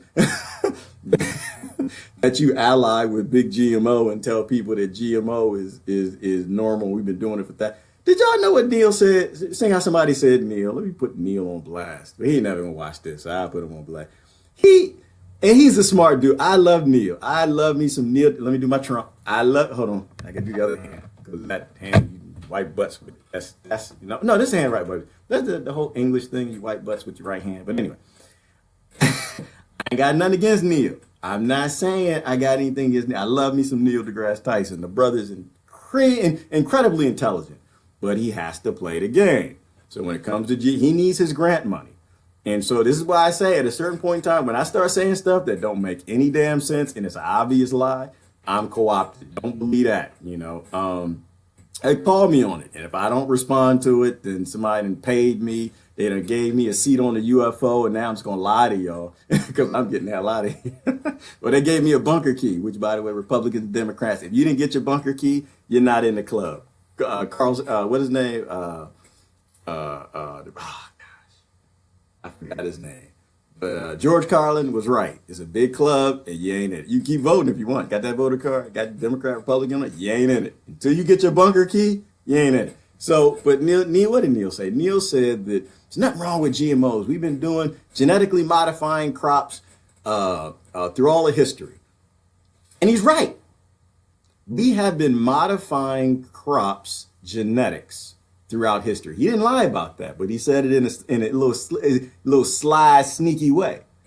But what we always did is we always did that through hybridization and natural processes. Don't let it be confused, because I've heard this argument before, and this is what big GMO hands down to people to say. And if you don't know anything about it, you're like, oh, damn it, that makes some sense. Okay, Neil said it, that makes sense. And so I'm not going to play the clip. And so to understand it is though, but hybridization is using a natural process, right? It's taking the pollen from a plant, it's botany. It's basically still letting the plant determine what DNA to keep, what DNA to get rid of, or epigenetics. It's a natural process. You're not modifying genes. Genetic modification is when you get somebody who's just an engineer, not an engineer, it's not engineering, a hacker, who takes these genes and splice them together in an unnatural way that will never come together in nature. And so you end up making a monster, an alien that's never existed on this planet, and then you eat it. And that alien makes compounds that probably we don't know anything about, and you eat it. And remember we talked about in the beginning, the danger of arsenic and phosphorus? It's if your body doesn't recognize it, it's probably going to do some damage. And this is why you don't eat processed food and Twinkies and Neil deGrasse Tyson need grant money, because that's why he said it that way, because these are the little things they say, the little sneaky, slick things to throw people astray. Don't eat genetically modified foods. And the other thing he said, crazy, love Neil today, he crazy as all heck. But what the other thing he said, well, And we've been breeding plants together to make them taste delicious. And they're full high in sugar content. If you ate an heirloom apple, you'd hate it. It tastes nasty. That's another lie. Heirloom apples are delicious. Heirloom tomatoes, some of the best tomatoes you ever had. Heirloom peppers, some of the best tomatoes. So that's a lie. Now, some of the stuff might be a little tart, but that's okay because you're supposed to eat more heirlooms than you are hybrids. Why? Again, everything is an example. I'm not smart. I'm dumb. And accepting my dumbness and being attached to a dumb species, I just say, if we always do it, let's go back to doing it. If we didn't do it, let's don't. If you go out in nature, you see more heirlooms than you do hybrids. For various reasons, people can debate as to why. But the hybrids are when two things come together and it's trying to make a stable plant. And so it's a hybrid. The next generation won't be stable. And so it's a hybrid. Heirloom is, this is some stable DNA, works well in this environment, fights off these bugs, calls this thing, and make my own pesticide. I can fight here. I can stay here. I get through the winter well. Okay, I'm an heirloom, and I'll stay this way. Again, more epigenetic type stuff, passing the genes on before you create something called stable. So the majority of mammals walking across the planet, we're eating heirloom plants, not hybrids. When you go in your grocery store, you'll find mostly hybrids, especially tomatoes. It's that little nasty truss tomato. All of them grow it because it's got a heavy shell so they can put it on a truck and it'll stay looking like it's ripe, but it's just nasty and decayed by the time you eat it. So anyway, I go down. That's Neil. I'm sorry. Somebody said Neil. I get on tangents. I'm sorry. Whenever y'all get bored with my nonsense, just say we're bored. Shut up. I shut up. I turn this thing off. My coffee's getting cold anyway. So let me read through some other comments. I'm still good. I haven't eaten yet today. I gotta eat. I haven't eaten any food, and I'm gonna eat something nasty today. Don't look at me and say, "Oh, he's healthy. He always eats healthy." I can't do that. No, that's not me. I eat healthy a lot, but the human body can take massive toxification, massive abuse. And if you ever question that, just look at America. Come to America, y'all. Come to America and look at, I think that was a movie. Come to America and just go in the grocery store and stay away from anything that needs a refrigerator. And you walk around and look at the toxins in these boxes that Americans eat. Oh, and Americans can still live to be 70 years old. They eat just trash, just total trash. The box is trash and everything in it's some trash. And it's plastic up in some plastic trash. And they eat it and they live. The human body can take abuse. So on the weekends, I cheat a little bit. I cheat. I got me some gluten in there. I think I'm gonna make me an everything bagel. I think I'm gonna make me maybe some eggs, and I might put some of these peppers in there. I got one of my favorite peppers is a cherry bomb pepper. I love me the cherry bomb pepper. So I might put a little bit of that in there, some onions. I'm not sure what else is in the fridge. When I make my omelets, I just go with whatever veggies I have on hand. And so I might make a little bit of that. But I haven't eaten yet today. And if you want to know why, go online, look up intermittent fasting. Oh, which is another one on topic. Look, I got back on topic. Look, you put me back on topic. Intermittent fasting, another one. Another thing that makes a whole lot of sense from a religious perspective, a biological, scientific perspective. Once again, I don't think religion and science are different. I think that they help each other if you're really trying to figure out the truth. If you're really trying to seek God instead of fill tithing plates and get grant money.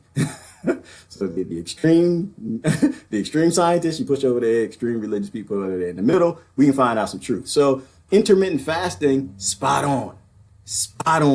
When the Bible and all of these faiths, the Tibetan, the monks and everybody tell you to fast, spot on.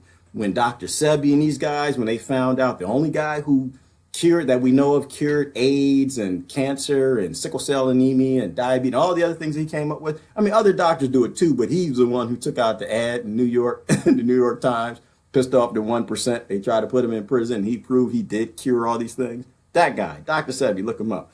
But one of the things that he talked about was fasting, because he got a lot of what he learned from a Brazilian doctor, I think it was. And the first thing they said was don't eat anything. Your body is a toxic waste dump. Don't eat anything. And if you go up and you look on PubMed and start looking at some of the studies into intermittent fasting, phenomenal. I think a lot of it has to do with Your body, I think one of the studies I read, it talked about how your body thrives on your white blood cells. It re-ingests them. And so your body has to make all new white blood cells, right? And so what's happening, I think, if I understood this right, is and I don't know, so I don't act like I know, but your body's reproducing a whole bunch of new white blood cells. Why does that make sense? Because the problems, the white blood cells that you have from whenever aren't the exact right problems you have in your body right now. So your body has a triage system, right? And barely starting to discover this stuff in studying into immunology. I can barely pronounce the words, but they don't know and I don't know, but the beginnings of this is starting to be known, is that so the white blood cells that start to send out the hundreds of billions of white blood cells will be targeted towards what the problem is in your body right now. So if you got scar tissue, which people say, oh, you can't ever get rid of no scar tissue. They got treatments now for scar tissue. Enzymes that break it down, but we knew that about serrapeptase and these things from Europe from a long time ago.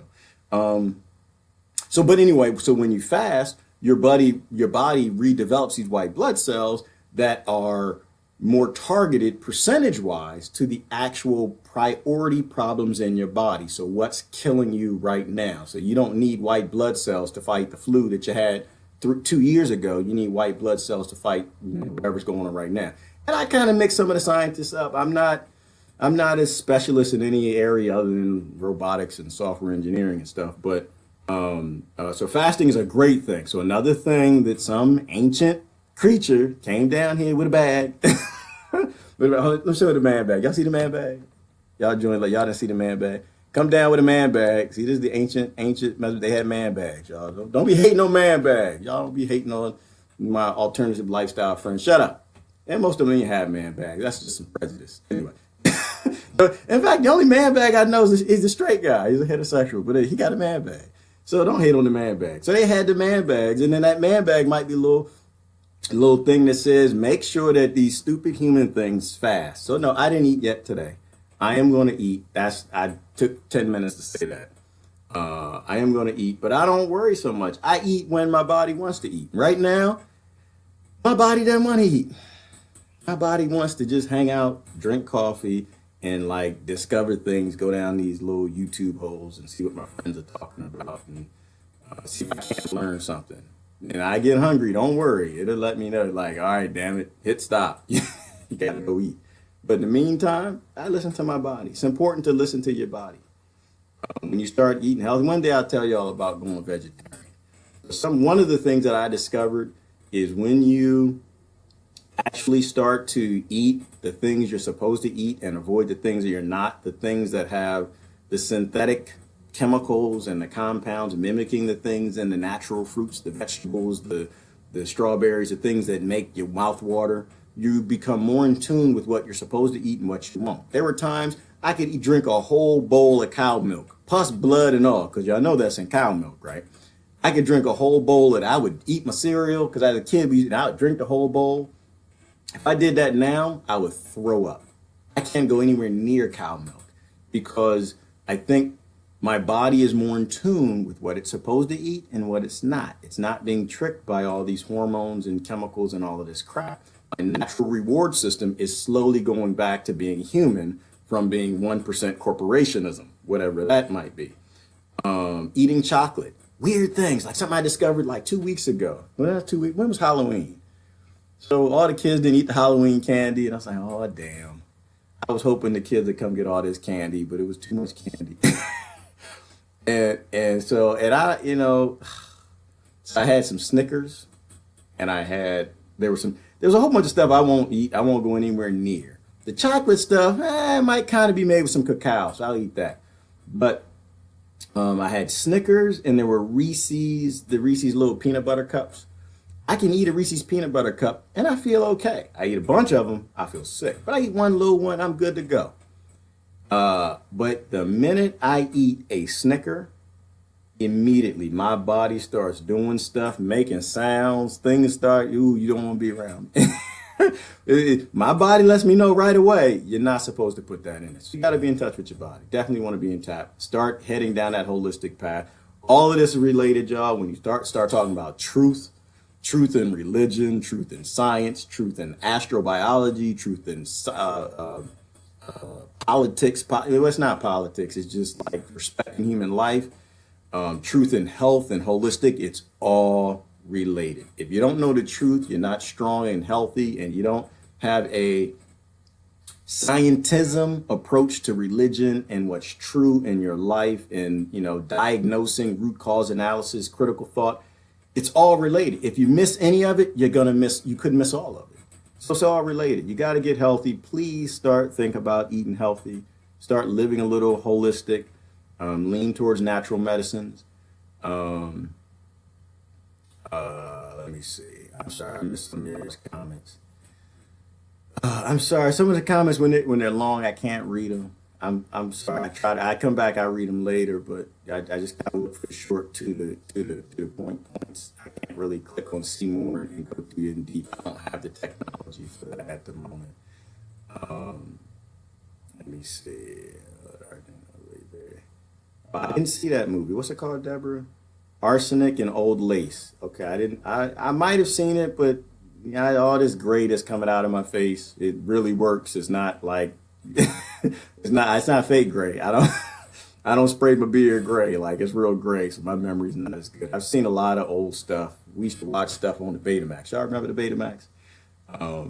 But young kids are like, Betamax, the hell is he talking about? What's that, the stereograph? What is he So, we used to watch movies all the time. I don't remember all of them. Hubble, the Hubble, and I think Gretchen, the Hubble started it. I think when the Hubble pointed at the darkest, what was it? They pointed the Hubble at the darkest point in space where there couldn't possibly be anything, and what came true was there were, I think it was like hundreds of thousands of galaxies in the darkest part of space where they didn't think there could be anything. We know that we know nothing. Like, we are nothing. Like, it's just there are no numbers for the amount of galaxies that are actually out there, and there's barely a number for the amount of life-like planets in our galaxy based on life forms that we know of. So there's no possible way that things aren't flying all over the place. It's just we're not interesting enough at the moment. Or something is protecting us and keeping them away. And that's another theory, right? When you start looking at Armageddon and all this stuff, and people start getting crazy about Jerusalem and it's the capital and Armageddon and okay, stop it. So, but that we were being protected from the demons, that the angels were protecting us from the demons or something like that. And after a certain point in time, that stuff would be loosed, that whatever UFOs are protecting us would fly away. God, you say, I'm done, I'm finished with y'all. We're going to let the demons in. I want to hear what that happens. So I don't know. It's a theory. Who knows? I don't know much about Freemasonry. Brother Mark, I don't know nothing about it.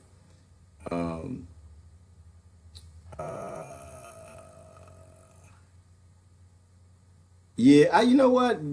Brother Mark said, bottle it and sell it. I don't know that I'm selling anything. I'm just talking, Mark. I don't know anything. What the hell? I'm sitting in my robe on a Sunday.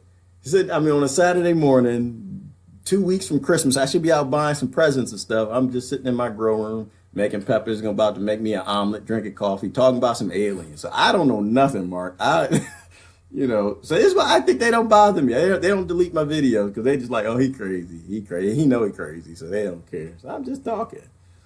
But yeah, all interesting stuff. You got to look at all the ancient religions. You got to look at a lot of the ancient texts, and don't deny people, because you don't agree with them. Listen to them, and if they're crazy, just keep listening. Just say, oh, okay, the Earth is flat. We on some turtles. Okay. All right, that makes some sense. Could be. Just because you don't believe somebody doesn't mean you have to deny them. And so why am I talking about all of this? Mostly because if we break down the things that divide us, why do I want to talk about creation this morning? Well, because I do have some friends that they come at me a little strong anytime I say that I'm Christian. And I'm trying to give people the ability to be whatever you have some faith in. but still not fight with other people. Like, you don't have to fight with other people. You don't have to have beliefs to an ignorant level. It's like Brother John posted this morning. You can have a scientism type of lifestyle where you process through truth in everything. And, you know, because you're Muslim and Christian doesn't mean that y'all can't live together and be brothers, especially if there's a 1% that's preying on all of you and your children.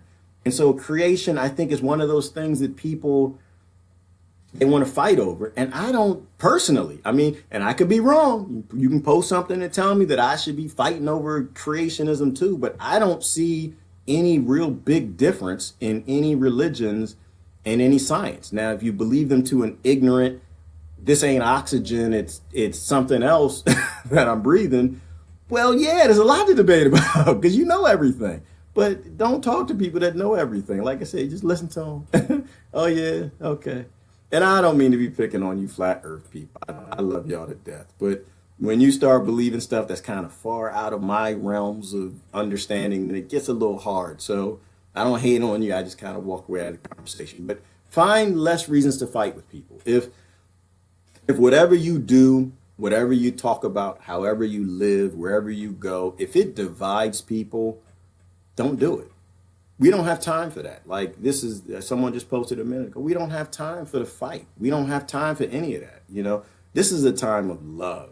This is a time of love, understanding, and waking up to things that we can barely process. You know, I have a lot of friends who are empaths, and I'll tell you, I know nothing about it. I don't. But I want to know, and I'm curious. I got friends that are witches, yo. I got witch friends.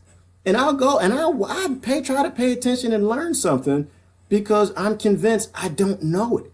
And my faith got as much of it as the king would let go into the book that he didn't canonize out because he wanted to go and fornicate and rape, you know, and I get into fornication and prima noctua and all that nonsense that the kings wrote into some of these religions. And I laugh at it, and I laugh, and I'm not laughing at the faith, y'all. I'm laughing at the indoctrination that I was given that took me a long time to really realize that a lot of this stuff was done for control. And I ask you to think about it too. I'm not saying step away from your faith. I'm just saying anything that you don't question, it will control you. So question everything, especially your leaders and your faith. Yeah, Sister we're talking about cancer. Yeah, and that's it. Cancer is a big one. Cancer is a plague right now, and it shouldn't be. It shouldn't be. Cancer is a disease of malnutrition. It seems that the whole world knows this, but America doesn't. I think I posted a video a long time ago. If you get diagnosed with cancer, somebody you know or love come down with that, the first thing you need to do is go buy the China study, and you need to read it, and you need to give it to them. If you're giving it to them, you read the first 25 pages, and then you give them the book. The China study will explain to you in depth what not to do when you come down with cancer. That's step one. The other understanding, or the step two is you go to your doctor, you make sure you get a good diagnosis, where the cancer is, what it is, what the problems are. And to a degree, you ask your doctor and you listen to your doctor, but you got to use some of your natural wisdom, and you need to have a natural path.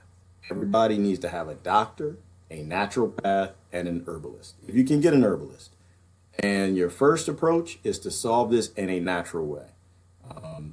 Most cancers you can fight off by eating what you're supposed to eat. Why? Because where did the cancer came from? The cancer came from you either breathed in something you weren't supposed to, you ate something, a synthetic chemical or something, some drugs that you weren't supposed to, and it lodged in a bad place that your immune system can't take care of. So boosting your immune system is the first step at getting white blood cells with the strength to go in and use, oxygen and hydrogen peroxide that it manufactures to break down these cells and destroy them. But they may be in places of the body that aren't easy to get to. So you need to drink a lot of water.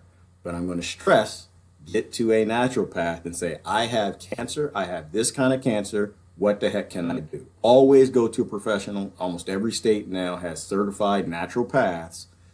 And if they point you back at the doctor and say, whoa, you were way too beyond what I can help with, you need to go back to your doctor, get you some drugs, get you some chemo. I really hate to say it. You know, the number one side effect of chemotherapy and the chemotherapy drugs is more cancer and death, which is horrible. The only, I think, well, no, there are a couple classes of profitable drugs where the doctors directly make profit from the sale of the drug. And forgot the other ones, but the main one, the first one, was the chemotherapy drugs, which is why they call them the doctor's candy, because they love to give it to you. So anyway, I won't go down too far down the cancer route, but when someone, and we discovered this in my family, this is what I tell people, when someone in your family, one of your close friends, comes down with a chronic illness, it's your job to do some research. And, you know, one of the things we failed at in my family, because we didn't know, is you have to come to, illness is a family thing, right? It's a love and a friend thing. When people come down with illnesses, sometimes you got to drop what you're doing and go out. There's a lot of information online. You can go down to a lot of different rabbit holes.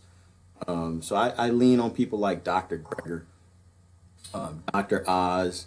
Again, so they're saying all these holistic doctors are coming up dead. Dr. Sebi was one of them. I don't know that there's a cabal or a pharmaceutical industry or whatever that's out there killing them. But if these people are being silenced and censored and they're disappearing, they know something that you need to know. So same exact narrative. When the power struggle, when the powers that run this planet or your government are completely corrupt and they don't want you to listen and they start censoring certain people, it means what they're saying is true. So you need to listen to those people. That's my 2 cents on cancer. So yeah. Well, we put Neil on blast. No to GMO. I think he regrets that video, Deborah. I think that he realized later on, oh damn it, I didn't say something that was stupid. I think he knew ahead of time. That's how I think these things work. That's how my mind. I have a conspire mind. I think that Neil went into work one day and big GMO was sitting there, had a meeting, and said, listen, Neil. You will not be getting this grant money.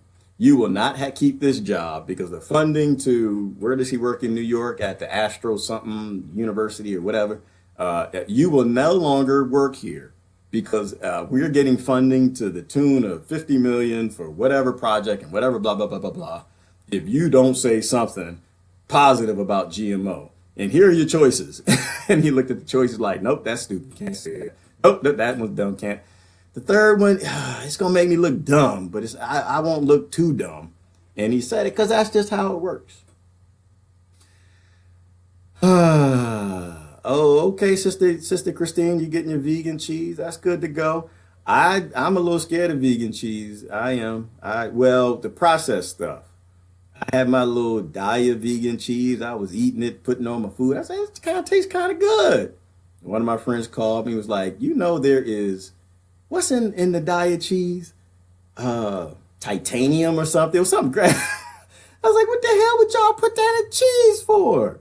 So you got to be careful with some of the stuff that they put gluten-free and vegan and they put in the aisles. Most of that stuff, they do it for dummies.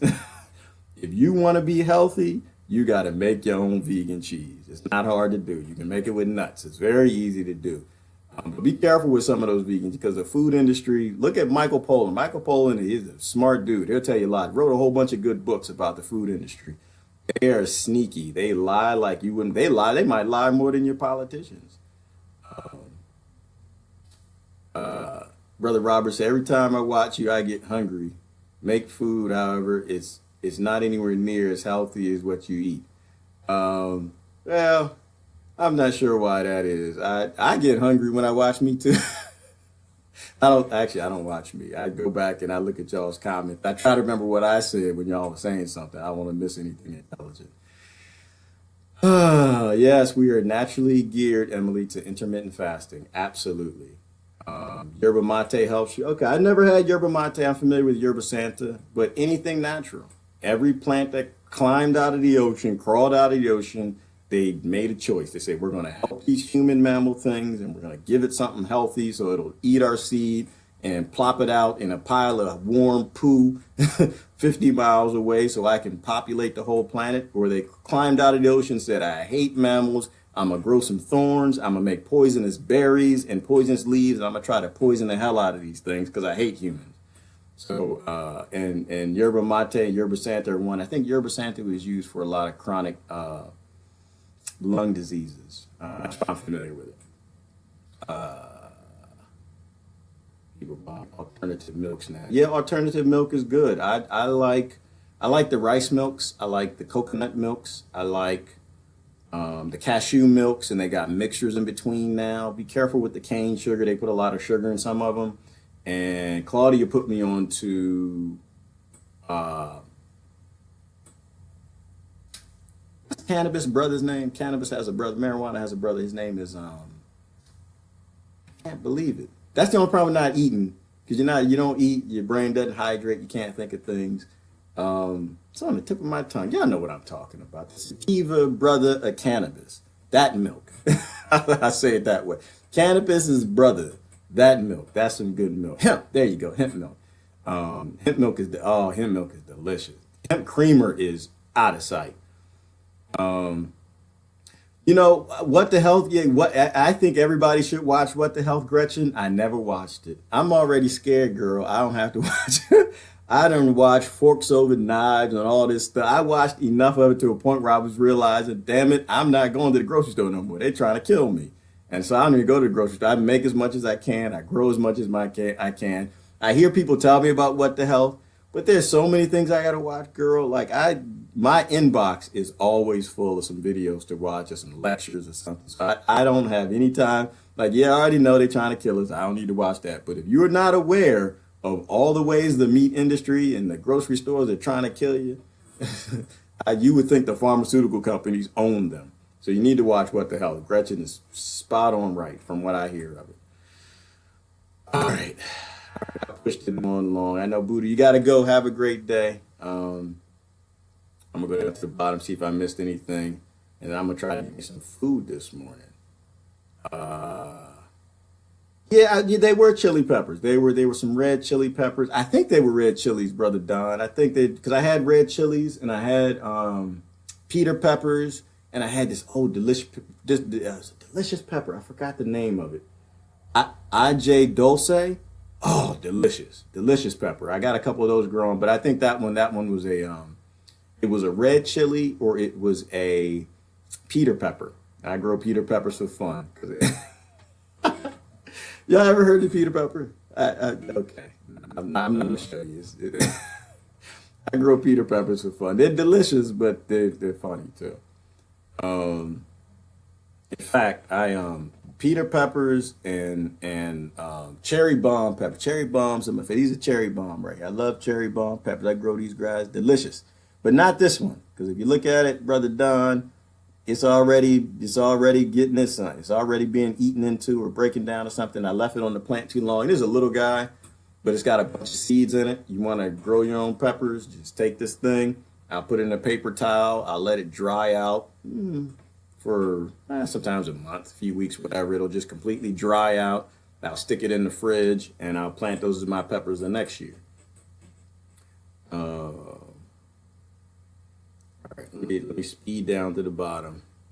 Yes, China study, so true. It was based on studies in India and China where they figured out a long time ago that cancer is normal, natural. You know, like this, as long as this little discussion we have, well, it's not a talk, because I'm not talking to y'all. I'm just talking with y'all. It's a discussion.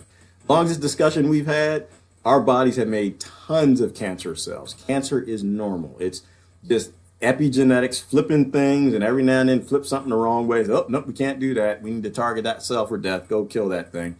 But the cell made it to a place in your pancreas where it can't get rid of it and starts growing, splitting, dividing. So cancer is normal, but there are things you can eat that will feed your cancer and make more cancer, and there are things you can eat that will fight the cancer. And that's kind of what the China study talked about. Stay away from a lot of the dairy products because of the casein. All right. Yeah, I'm on a roll, Emily. Thank you, sister. But I'm running out of energy. I'm running out. Like like your cell phone gets down to the last bar. I feel like I'm on my last bar. It's like I'm starting to think about, dang it, I want some bagel. I want an everything bagel and a vegetable omelet on the inside so I can eat it so the gluten can clump up my villi and speed up my death. But it's gonna taste delicious because I think I might have made 4 or 5 smoothies this week. So I think I deserved a little cheating this morning. Yep, brother Chris said nuts in a blender. That's how you make hemp milk. It's how you make the cheese. It's real easy. There was a good person I used to follow on YouTube long time ago. She stopped because y'all called her fat, so she doesn't post she don't post videos no more. She was a vegan, and she had a whole bunch of delicious recipes. Y'all ever think that eating raw is nasty or just it's the boring? It's not. She had a bunch of awesome recipes, but she stopped posting videos because y'all kept calling her fat, said she's lying. She must be eating meat because she's getting too big. And she wasn't getting big. Y'all just mean. The internet is mean. That's why I'm not on YouTube a lot, because y'all just mean. Y'all know how to act. Totally Raw Christina. If you ever want some good recipes for raw food, go to Totally Raw Christina if she's still on YouTube. She might have deleted her whole channel because y'all so mean. But she posted a whole bunch of videos how to make like desserts that are delicious, man. We made a vegan raw cheesecake. Oh man, you want to blow people away this Christmas? Go out there. I made persimmon nog one year. She had a recipe for persimmon nog. It was amazing. I didn't even know what persimmons was at the time. It was delicious. All right. I'm pulling to a stop. Hey, good morning, Dusty. How you doing? I'm just starting to wrap up. We had a long talk this morning. I can't believe y'all hung in. I don't even know how I hung in. It was a good discussion. We started talking about some man bags. Dusty, man bags gonna save the world, girl. Man bags. That's what we need to focus on, man bags. We need to stop focusing on all of the nonsense in the world that the 1% wants us to focus on. We need to think about man bags. That's what, and then it just went everywhere. It's just Saturday morning talks are crazy. I don't know. We started with some man bags. We ended up in a lake in California, girl. We ended up in GMO and crate, but it's all related. It's how you go. Yeah, it's called Fully Raw Christina. That's who she is. She did great. She did great. And they were mean. Gretchen, they was not nice to her. They I see drama online and I don't get involved with it because I don't have time. But they were just like, oh, I see you eating a cheeseburger. You're lying. You ain't no vegan. You don't eat raw. They were saying all this stuff. Poor girl, she posted a video. Y'all made her cry on YouTube on a video. Although that works though, because apparently, and it's on Facebook too, if you do a video crying, everybody watches it.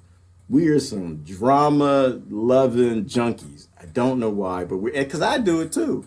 I'm like going through all my live video. Everybody I want to watch during the day, I see somebody crying, I got to click on it, watch. Or somebody like their head moving around like they're yelling at people, I got to watch. So, but anyway. All right, well, listen, I appreciate y'all hanging in. If you came in late, go back. I encourage you to watch the beginning if you want some crazy stuff to think about this morning. We kind of had a little bit of deep stuff, little rabbit holes I was going down. I don't think that people should be fighting over religion. I think that you can be indoctrinated on either side of it. You can be ignorant religious, and you can be ignorant anti-religious.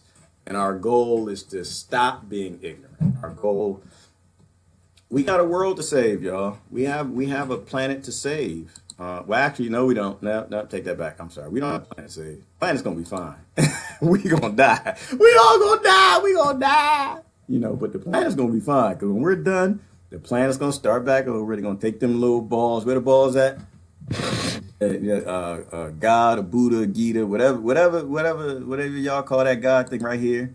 They're going to take these things, they're going to put them on a ship and send out these metal balls and get the planet ready to start. Yeah, all the humans, they dead, they dumb, they done blew each other. I don't know what happened. Yeah, some Democrats and Republicans, and they started fighting, and who knows what happened. The Muslims jumped in, and the Christians said something about somebody's mama, and then all of a sudden nukes went off everywhere. The whole planet lit up, everybody died. A few people made it, had all kind of radiation poisoning. But it's been about 20,000 years. So yeah, the ones that went under the planet in the bunkers, they should be long dead because we make sure that they dead because that's the 1%.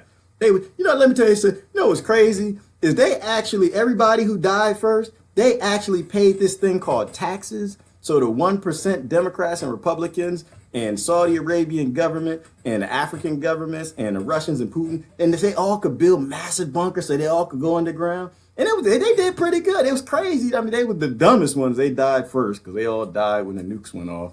And then with the 1%, they lived underground for a little while. Y'all, they lived underground for almost damn near 1,000 years. They almost made 10 generations underground, but then eventually they died too. But now the earth is clean. So we're going to send our balls, get some stuff, get life started again, and we're going to try this again. But this time we're not going to use monkeys. Maybe this time we'll use velociraptors. I don't know. We're not going into reptilians, y'all. So anyway, that's all I got. Well, I thank you for y'all joining me this morning. It was fun having a good little discussion about some crazy stuff. I feel regenerated. I feel better. Not crying about the week anymore and all the 1%, murdering everybody and all the dumb stuff they're doing. I can go eat me some food and maybe think about some other good stuff. So anyway, y'all have a wonderful, wonderful Saturday. Love y'all to death. Thank you for expanding my mind. And I will catch y'all later.